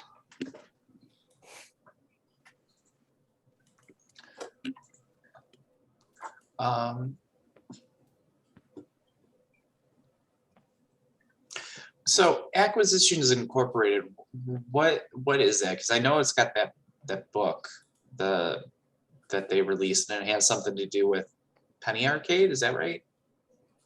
Right. The founders, the makers of Penny Arcade, they just wanted to like have a D&D game, and they recorded just the audio at first of a game. Somebody came in from Wizards to show them their current playtest for 4th edition, and then for like 1 or 2 little episodes of that, they had some guy, I don't know who, and then they brought Chris Perkins in to run that game, and then he did it for years. A couple of those sort of audio only seasons, and then they did the live show during their PAX game, their PAX convention, and that was like a huge thing. Like, there's a whole fucking crowd of people who are watching people play D&D live. They're the first fucking people to do that, as far as I know. So they kind of started it, Yeah, like paved the way for Critical Role. pretty much, yeah. They were the pioneers for it, and that was a live convention that they just recorded and streamed online as well. Or I don't know if I guess they streamed some of their stuff there, but it was put onto YouTube sometime afterwards, shortly afterwards. And you could watch it, and I watched a lot of those. I've been watching those guys since like their first 2 live shows that they did.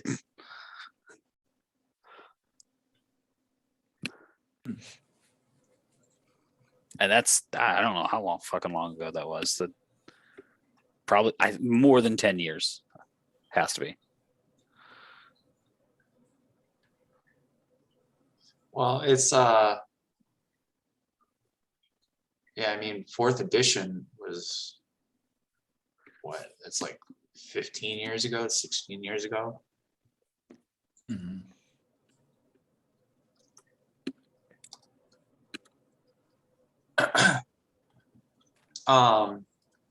Also, we were just saying 2008. 13 years. Okay. June 2000, June 6, 2008 is when 4th edition came out. That seems a lot later than I expected. I thought it came out earlier than that. No, I felt like it was just a little after high school, after I graduated high school in 05. You graduated high school in 05? Yeah. Yeah, I was 03. I feel like Yeah, it didn't. I feel like fourth edition didn't really come out until I was almost done with college. So that's probably, timelines line up there. Still, it doesn't seem like, I don't know. Yeah. Time is weird. So Tony, we were just wondering, because what are your luminous tubes again? How did you get them, and what are they? Those are my chest hair that lights up.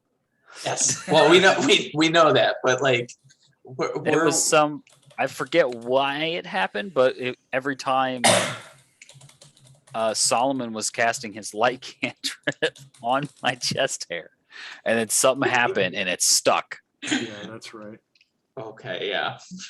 So I technically at all times do have a light source. I forgot about that part. So all you'd have to do is reveal your chest, and the Yeah. room lights up. That's right. As the Lord intended.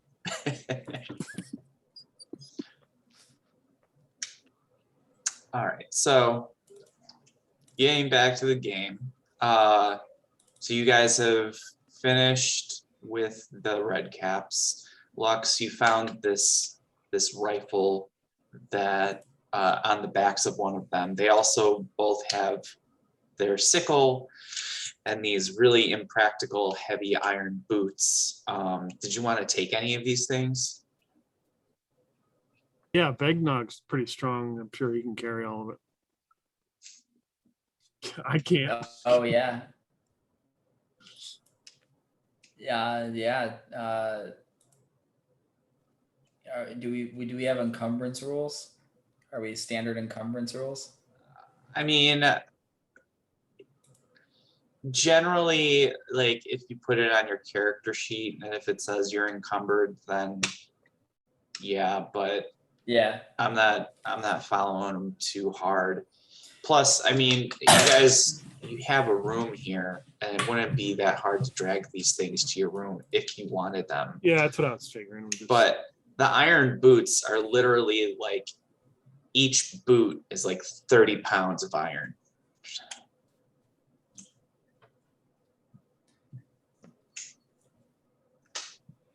Vegnog would probably. Oh, sorry. He would lead. Yeah, he would take the iron boots if he wanted, like if you guys wanted them, but he wouldn't really be keen on weighing himself down with that. And do either of you do you guys have need, use, or want of the sickles?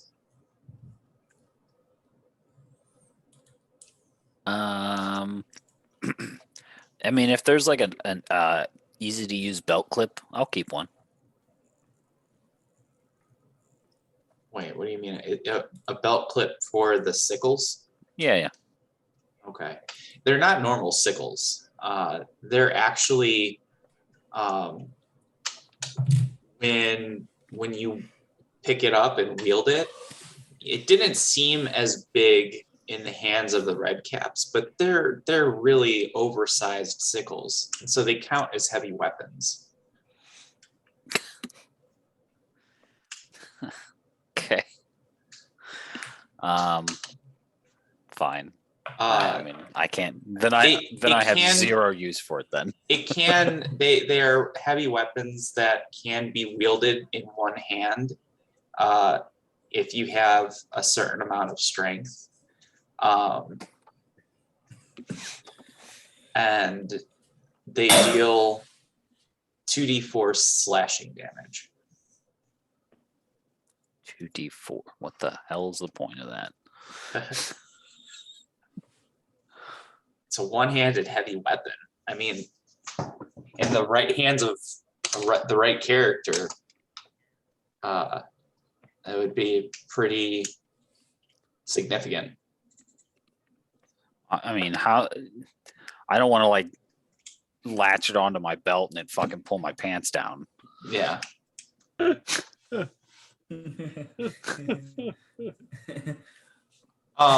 We might need to skedaddle real quick.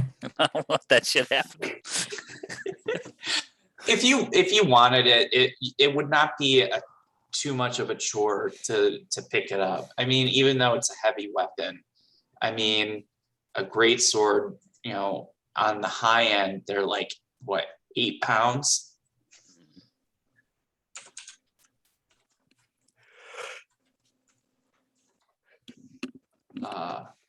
Yeah, I mean, as long as it's not Heavy two-handed, enough to. I'm good actually. Okay. And then I'll grab one. And then are you guys gonna want the boots? They don't seem, I mean, these things are kind of small, so they're oversized boots for these things, but they'd be difficult to wear to fit on any of you. Maybe Lux could get the boots on, but then she's carrying 60 pounds in her feet. Yeah, no. But that might make it interesting when you use your ring of jumping and land on someone. Oh yeah, I didn't think of that. But you'd have put 'em on your like, fists. You'd have a hard time walking. So like, you basically would like have to figure out how you could use your ring of jumping to only just jump around. Yep.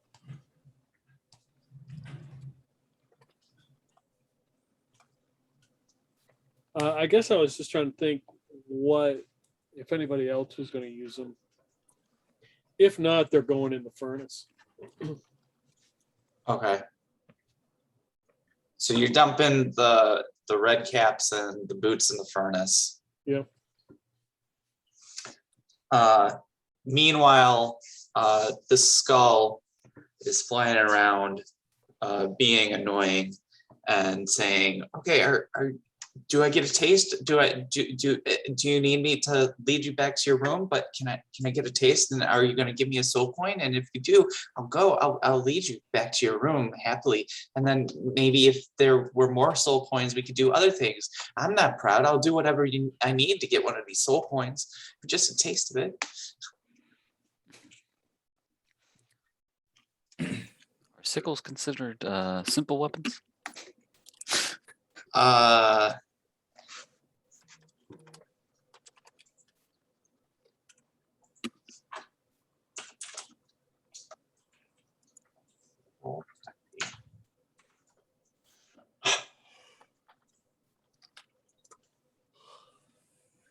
Yeah, they are.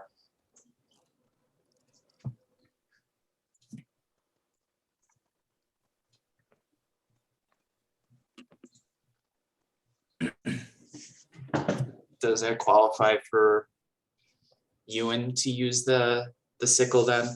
Yep.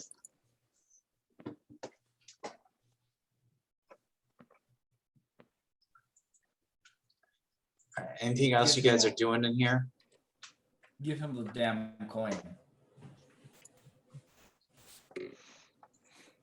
We don't have any coins. Lux has a soul coin. She literally snatched it from the jaws of the skull. Oh yeah, I forgot about that. That thing's got to take us back to the room first. Ugh. At the Like, fucking like- labyrinth out there.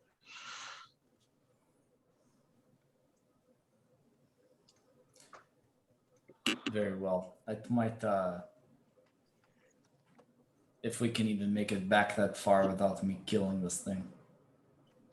Well, I'm happy to do it, but you know, I was also happy to lead you guys here, and I didn't get a soul coin. So can I get a taste? Can I just you know, just yeah, touch that it, was- touch to my tooth a little bit? That's all I need. Yeah, Just- that was just- like an ambush. You were bringing us to an ambush, and you want to take? Yeah, sure, okay. Because yeah, but they said I'd get a soul coin, and you know, so it wasn't anything personal. I need the soul coin, and then but you guys Hey. won, so it's not like, you know, it mattered, and so you know, it's all, you know, just going to, but just please, just can I get a soul? Can I get a Doesn't soul? matter. That son of a bitch slashed me.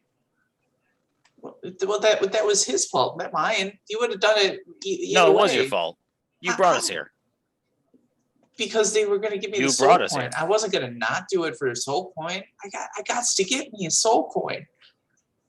You want that soul coin? I do. I really Take do. us back to our fucking room. Okay. But you promise? You promise? Yeah, you got to take us back to our room.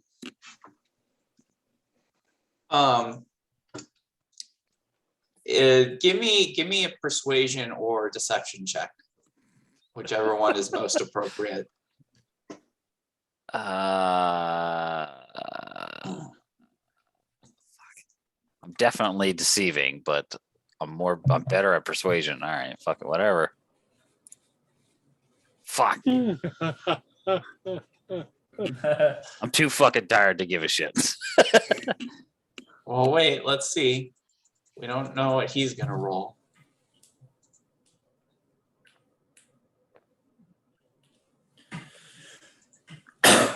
Wait, you're lying to me. You're not gonna give me a soul coin.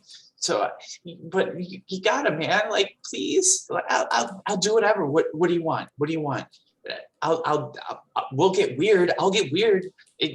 Just name your price. What do you need? What do you want? What do you need? What do you want? Fuck it, I hope a red cap kills me. Start walking.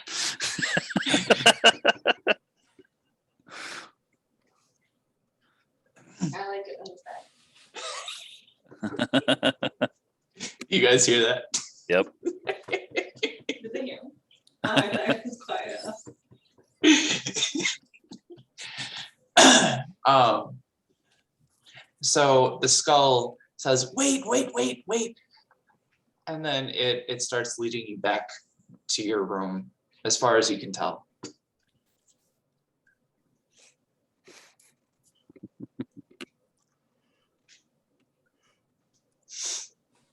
What is your strength, Ewan? My strength is an 18. Okay, yeah, you definitely have enough strength to wield it. So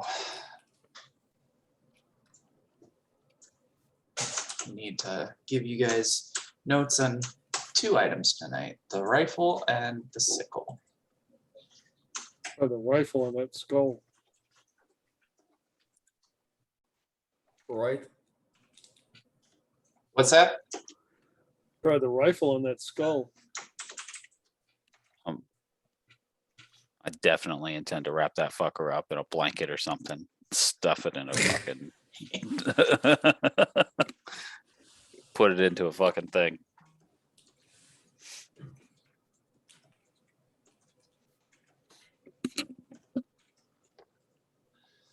Okay. So it doesn't know what you're doing when you point it at him, but it also isn't looking at you really. It's more kind of guiding you back to your room with its head turned back to you, although it does rotate every once in a while. So when it sees that, it's just like, what is that? What are you pointing at me? That's a weird thing. Do you want me to put it in my mouth? I'll do that for the soul coin.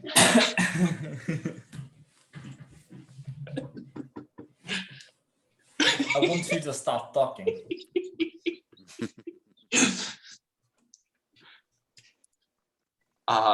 So eventually it gets you back to your room.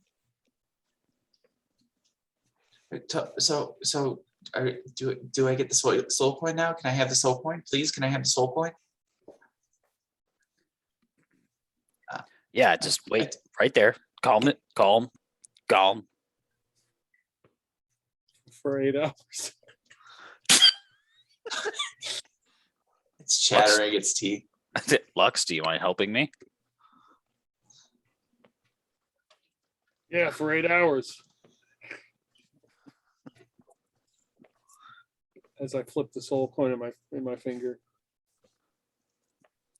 I just like get close enough to where I can whisper to Lux. All right, let's wrap this some bitch up. Put him in a chest or something. Okay.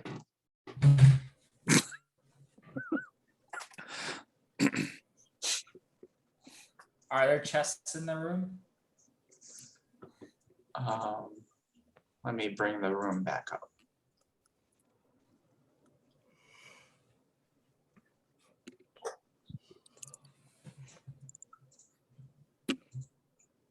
Yes, there are.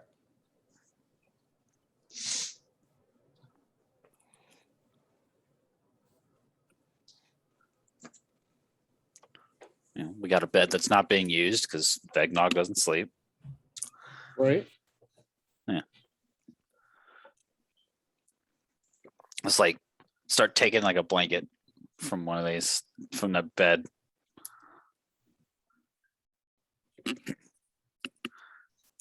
What is that? Are you gonna wrap the soul coin in there? Am I gonna have a to-go bag? Just you don't have to do that. You could just give it to me. Like you No, could just put it in my mouth and I'll just go away. Yeah, it doesn't quite work like that. It's like a magic location. The one that Lux has, that's not the real one. But you didn't know that. But Bet you no, didn't I know saw. that. I see it. I see it in her hand. But that's Like, not the it's real right one. there. That's not the real one. no, it is because I see it. That's the fake one. That's well, a fake one. Let me taste. We got and I'll be able to know. We got the real one. We got the real one. We just got to get it out. Well, let me see that one because I don't believe it's not real. I just want to taste and then I'll know if it's real. All right, Lux, let's do this. How are we doing this? I just cover the sub bitch up, like trying to catch an animal under a blanket, sort of thing. We grab it, fucking wrap them, like tie the thing up. I only got one hand. I can't fucking tie it. And then wrap it up real good, real tight. Maybe I could grab the blanket and then jump. Use my ring of jumping and jump in the air and then just throw it over it. Well, your room, the ceiling is only like 8 feet.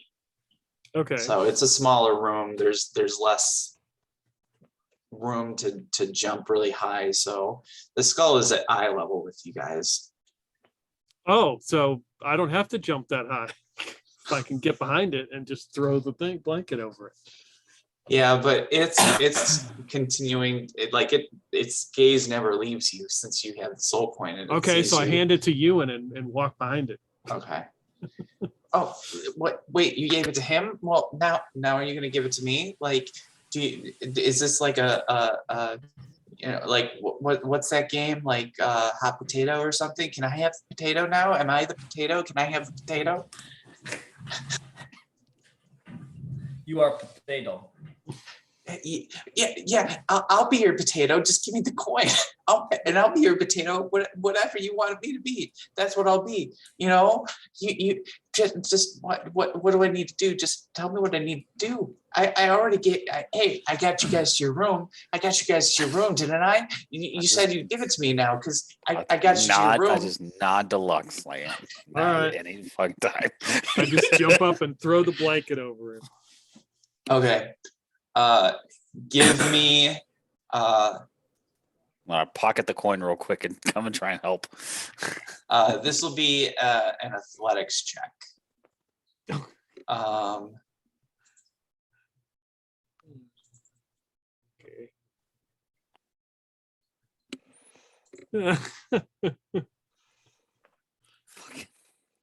Not very good at this. Nice.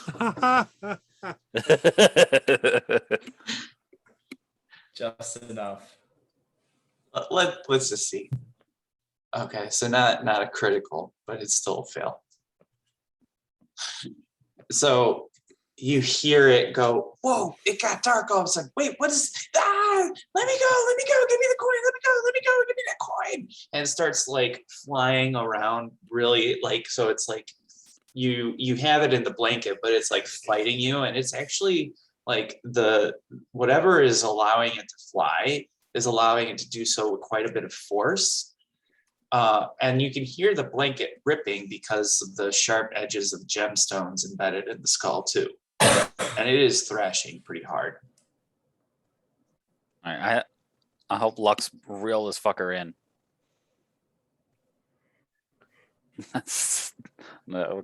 Call to whoever to open up one of those chests.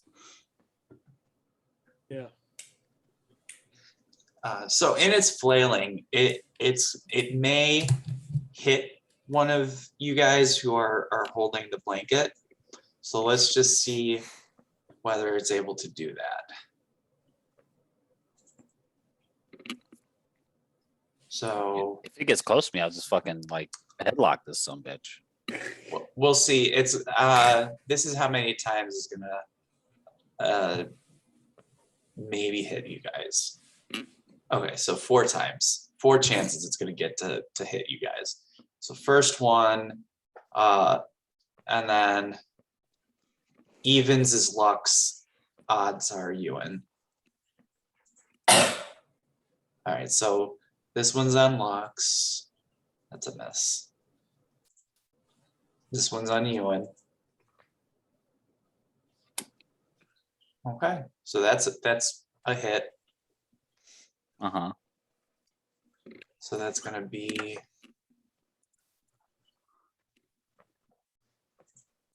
7 damage. 7. Yeah, that's off your con score though. Right, yeah. It's got really sharp edges on those gems, and they're spikes, so they're poking through the blanket. We're starting yeah, to. I grab that motherfucker. Okay, you grab it. Yeah. Okay. So you have. How are you going to grab it if you're holding one hand with the blanket? Well, if it's coming at me, I'll let go of the blanket and fucking try and just like football that some bitch. Okay, so when you let go of the blanket as it's doing its thing, it may have a chance to escape. So Lux, it's going to be another athletics check. How? It's right here in front of us. Because but it's in the blanket. Both you and Lux were holding the blanket. I mean, Lux was the main one. I was just trying to help reel it in. Right, but it's also very strong and it's trying to fight its way out. So it's gonna try. When both of you were holding it, it had no chance of getting out. But now that only Lux is holding it, there's a chance that Lux might drop the blanket and let the thing out. All right.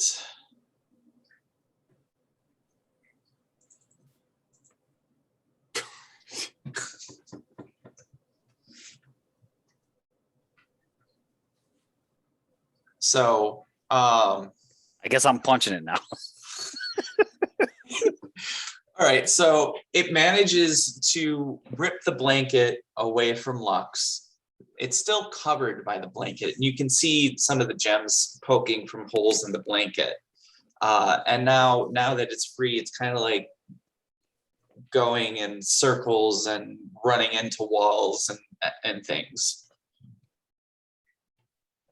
So you're gonna punch it now, Ewan?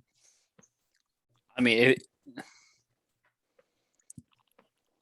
what's it doing? What's he doing again? He's got a blanket on his head and he's a flying skull, so he's just like flying around erratically, bumping into things. Yeah. Okay. And he's like, I mean, let me out of here, give me the soul coin, let me out, but give me the soul coin, or keep me in here and give me the soul coin in here. I'll do that too. Like you want to put me somewhere, you want to do things to me, that's okay, just give me the soul coin. I'll just punch it if it comes near me. Yeah. Okay, so it's covered up, so you would have advantage normally, but you also have disadvantage, so it'll just be evened out. Yeah, you don't have to remind me. You may have forgot. All right, so that's a hit. So you punch him, and he sails to the floor, and his smacks on the floor, and he goes, "Ow! Ow! Why did you do that? I just want a soul coin. I did what you asked me to do." I'm gonna hit it again. I'm not trying to kill this thing. I'm trying to knock it out. All right. Oh man. So you try to hit it, but it begins like flying around, not as vigorously, because it is clearly hurt, and that causes you to accidentally punch the ground where it was just a second before. Guys, please, I just wanted the soul coin. I worked so hard to make you happy by bringing you here.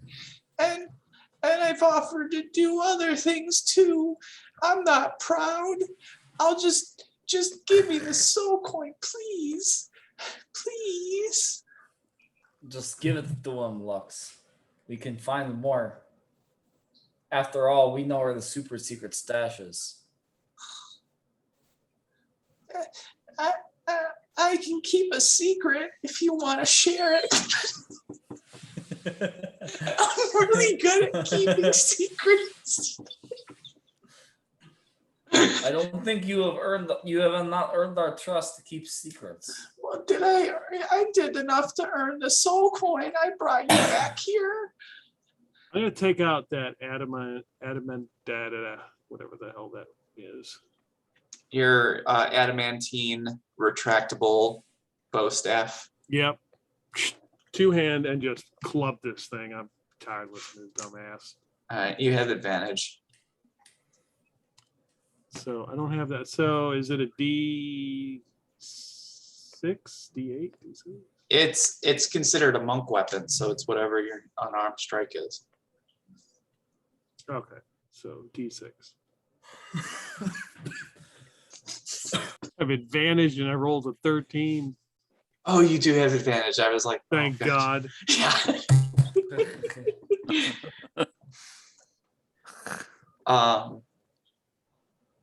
Yeah, so that misses. So it's still flying around, and it managed to fly just out of your bow staff strike. If It I get a attacks. second attack, I would go. Wait, it seems I'm hearing pounding. Like, are you guys fighting something? Do you need help fighting something? I'll fight for you. Just give me the soul coin, please. I'm gonna swing again if I can. Okay. God. Well, no. Do I have advantage or no? Yeah. Yeah. So you knock it. It goes flying into the wall. You hear a crack. It falls to the ground, and you can see it kind of moving just like under the blanket slightly. Why? I just want the soul coin. Why are you being so mean to me? That was that thing that we're fighting in here. Don't you hear it? We're trying to save you. Hang in there. You're making fun of me and you're hurting me. And I was so nice. You promised me the soul coin, and I took you to your room. And you were gonna give it to me, and now You also took us to die too. So for the soul coin, man. It was for the soul coin. No excuse. And you stole it from me. You took it right out of my jaws as it was nearly in my mouth. take a big puff. Addiction's a killer, kid. It's not an addiction. It's just something I need, man.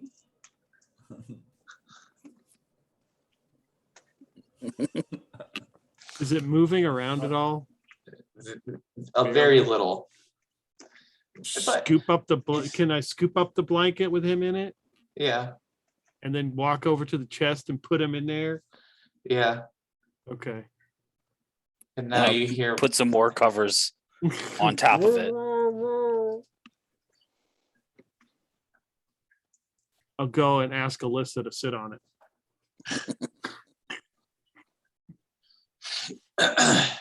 so you do hear it muffled speaking, and it is almost continuous. It just doesn't stop. But it's like a drone, like from like a fan. It's like white noise now. Good for sleeping. That's it. This Yep. has now become our sound. This is now our sound machine. Yeah.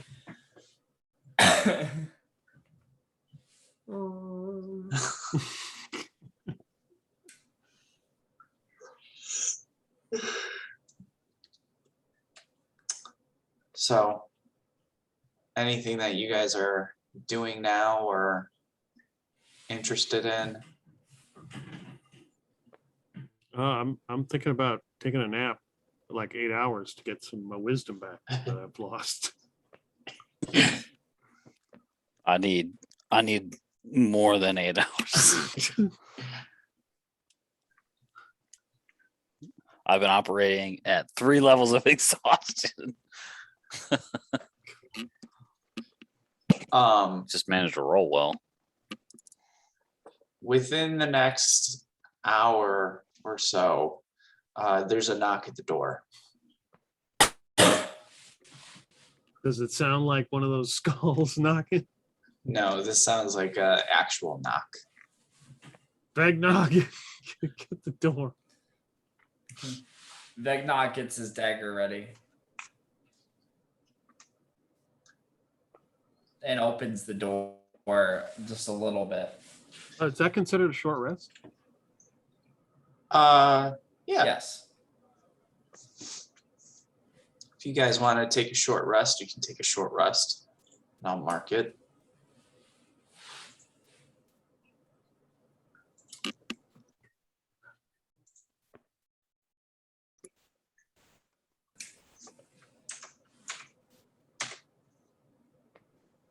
All right, so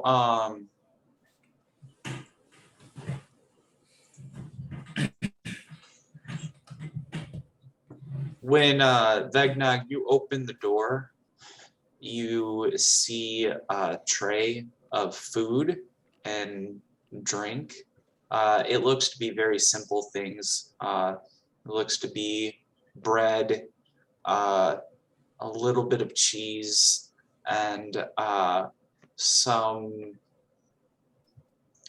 like a steel bowl that is steaming water, and within the water it looks like some kind of arthropod or crustacean, and then there's also a pitcher with some unknown substance in it, and you can see down the hall a red cap walking away from your room. Probably it just left the tray and left. Of course.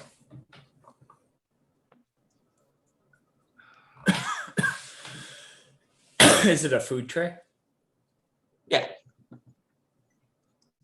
Yeah, it has a loaf of bread, a little bit of cheese, and this bowl of boiling water that is full of crustaceans, as well as a pitcher of some unknown liquid.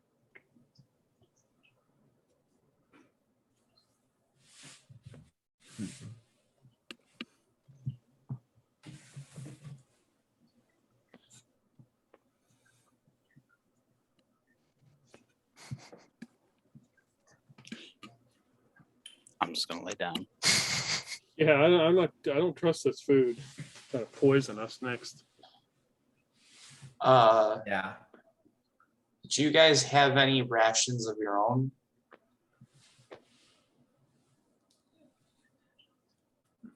Vegnog has rations, even though he doesn't really eat.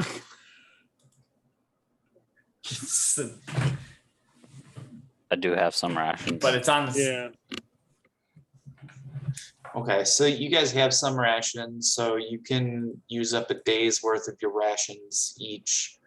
But have you guys found any water? Do you have any water? I had 4 water skins.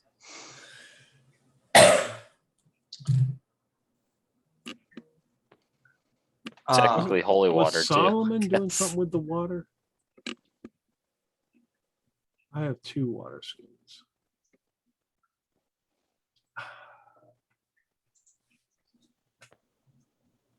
Let me see. We don't have any something. way to purify the food, do we? If anyone would, it'd be Solomon. Yeah, let me check out Solomon's character sheet.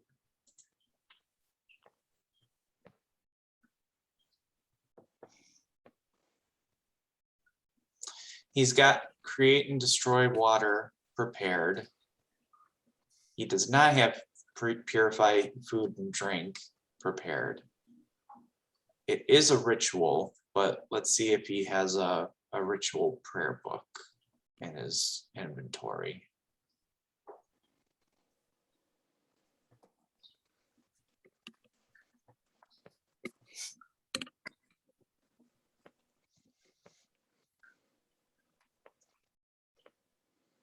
He does not.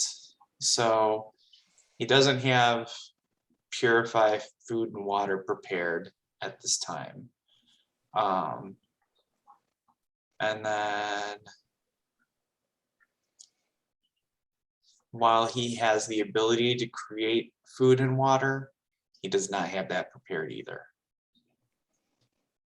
So you guys would have to rely on your rations, and he could create water for you. Okay.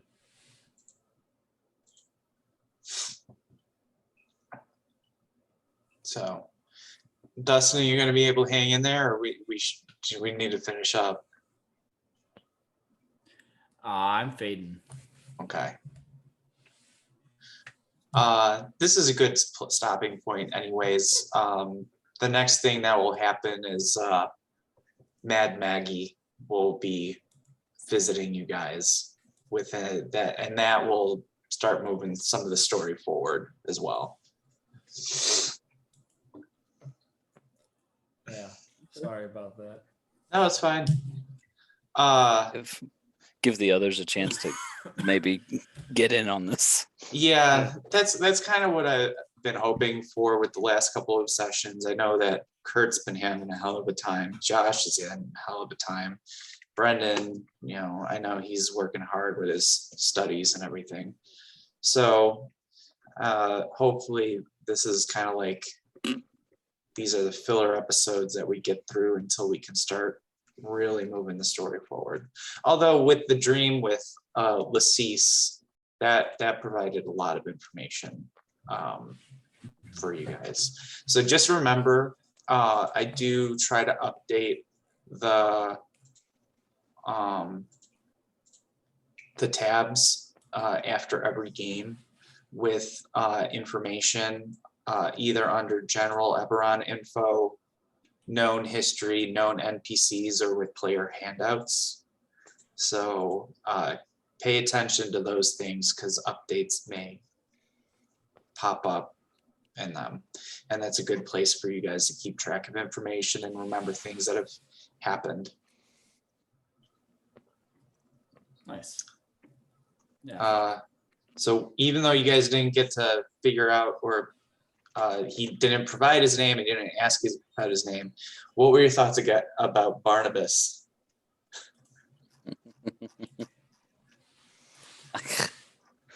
I feel like we can find a use for him.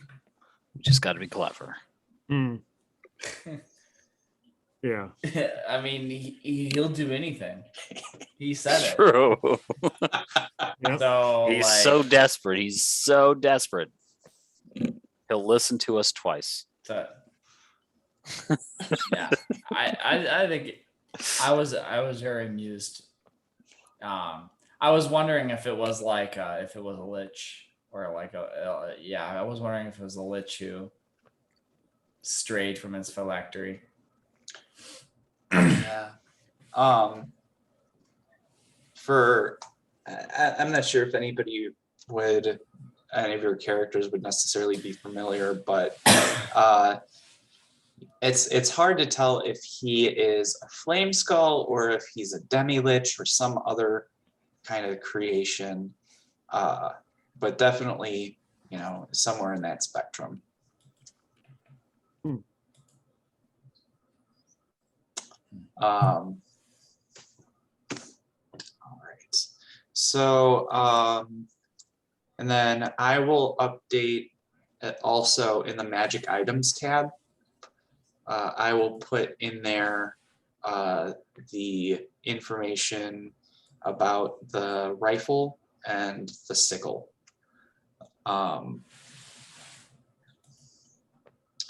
So that Lux and you guys can get that stuff. Because Lux, if you just spend an hour just kind of examining the rifle, you'd be able to figure out what it does. Well, I mean, I gave it to Vegnog to use, so if it's something that he can use, because seems like he was using a ranged weapon, and he can have it.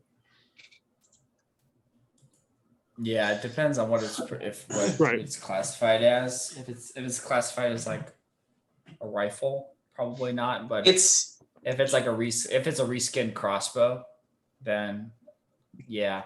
'Cause you'll It's probably get more actually- use out of it. it's actually, even though it looks like a rifle, it's technically a wand. And so I knew it. what it does is, and it requires attunement, which allows it to be used as an arcane focus. And so if you cast Eldritch Blast through it, it allows you to change the force damage to necrotic. It also gives anybody casting that spell a +1 to attack rolls for that spell. And then it does something else with Eldritch Blast that can create a fear effect. But also as an action, you can cast Burning Hands, dealing necrotic damage instead of fire damage. And that's an at-will ability. So, and that is, the DC is modified by your wisdom score.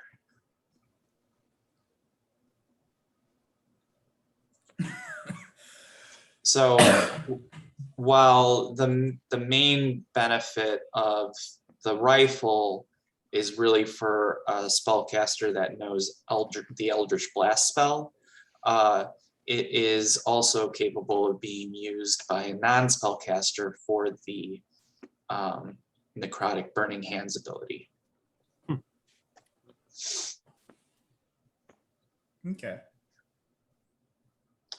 It does require attunement though as well, so it would take up one of your attunement slots in case you have at least 3 magic items that you're attuned to. Yeah.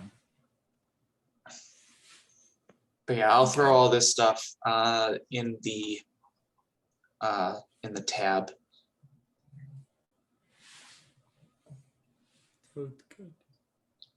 So, all right. Well, thanks for playing, everyone.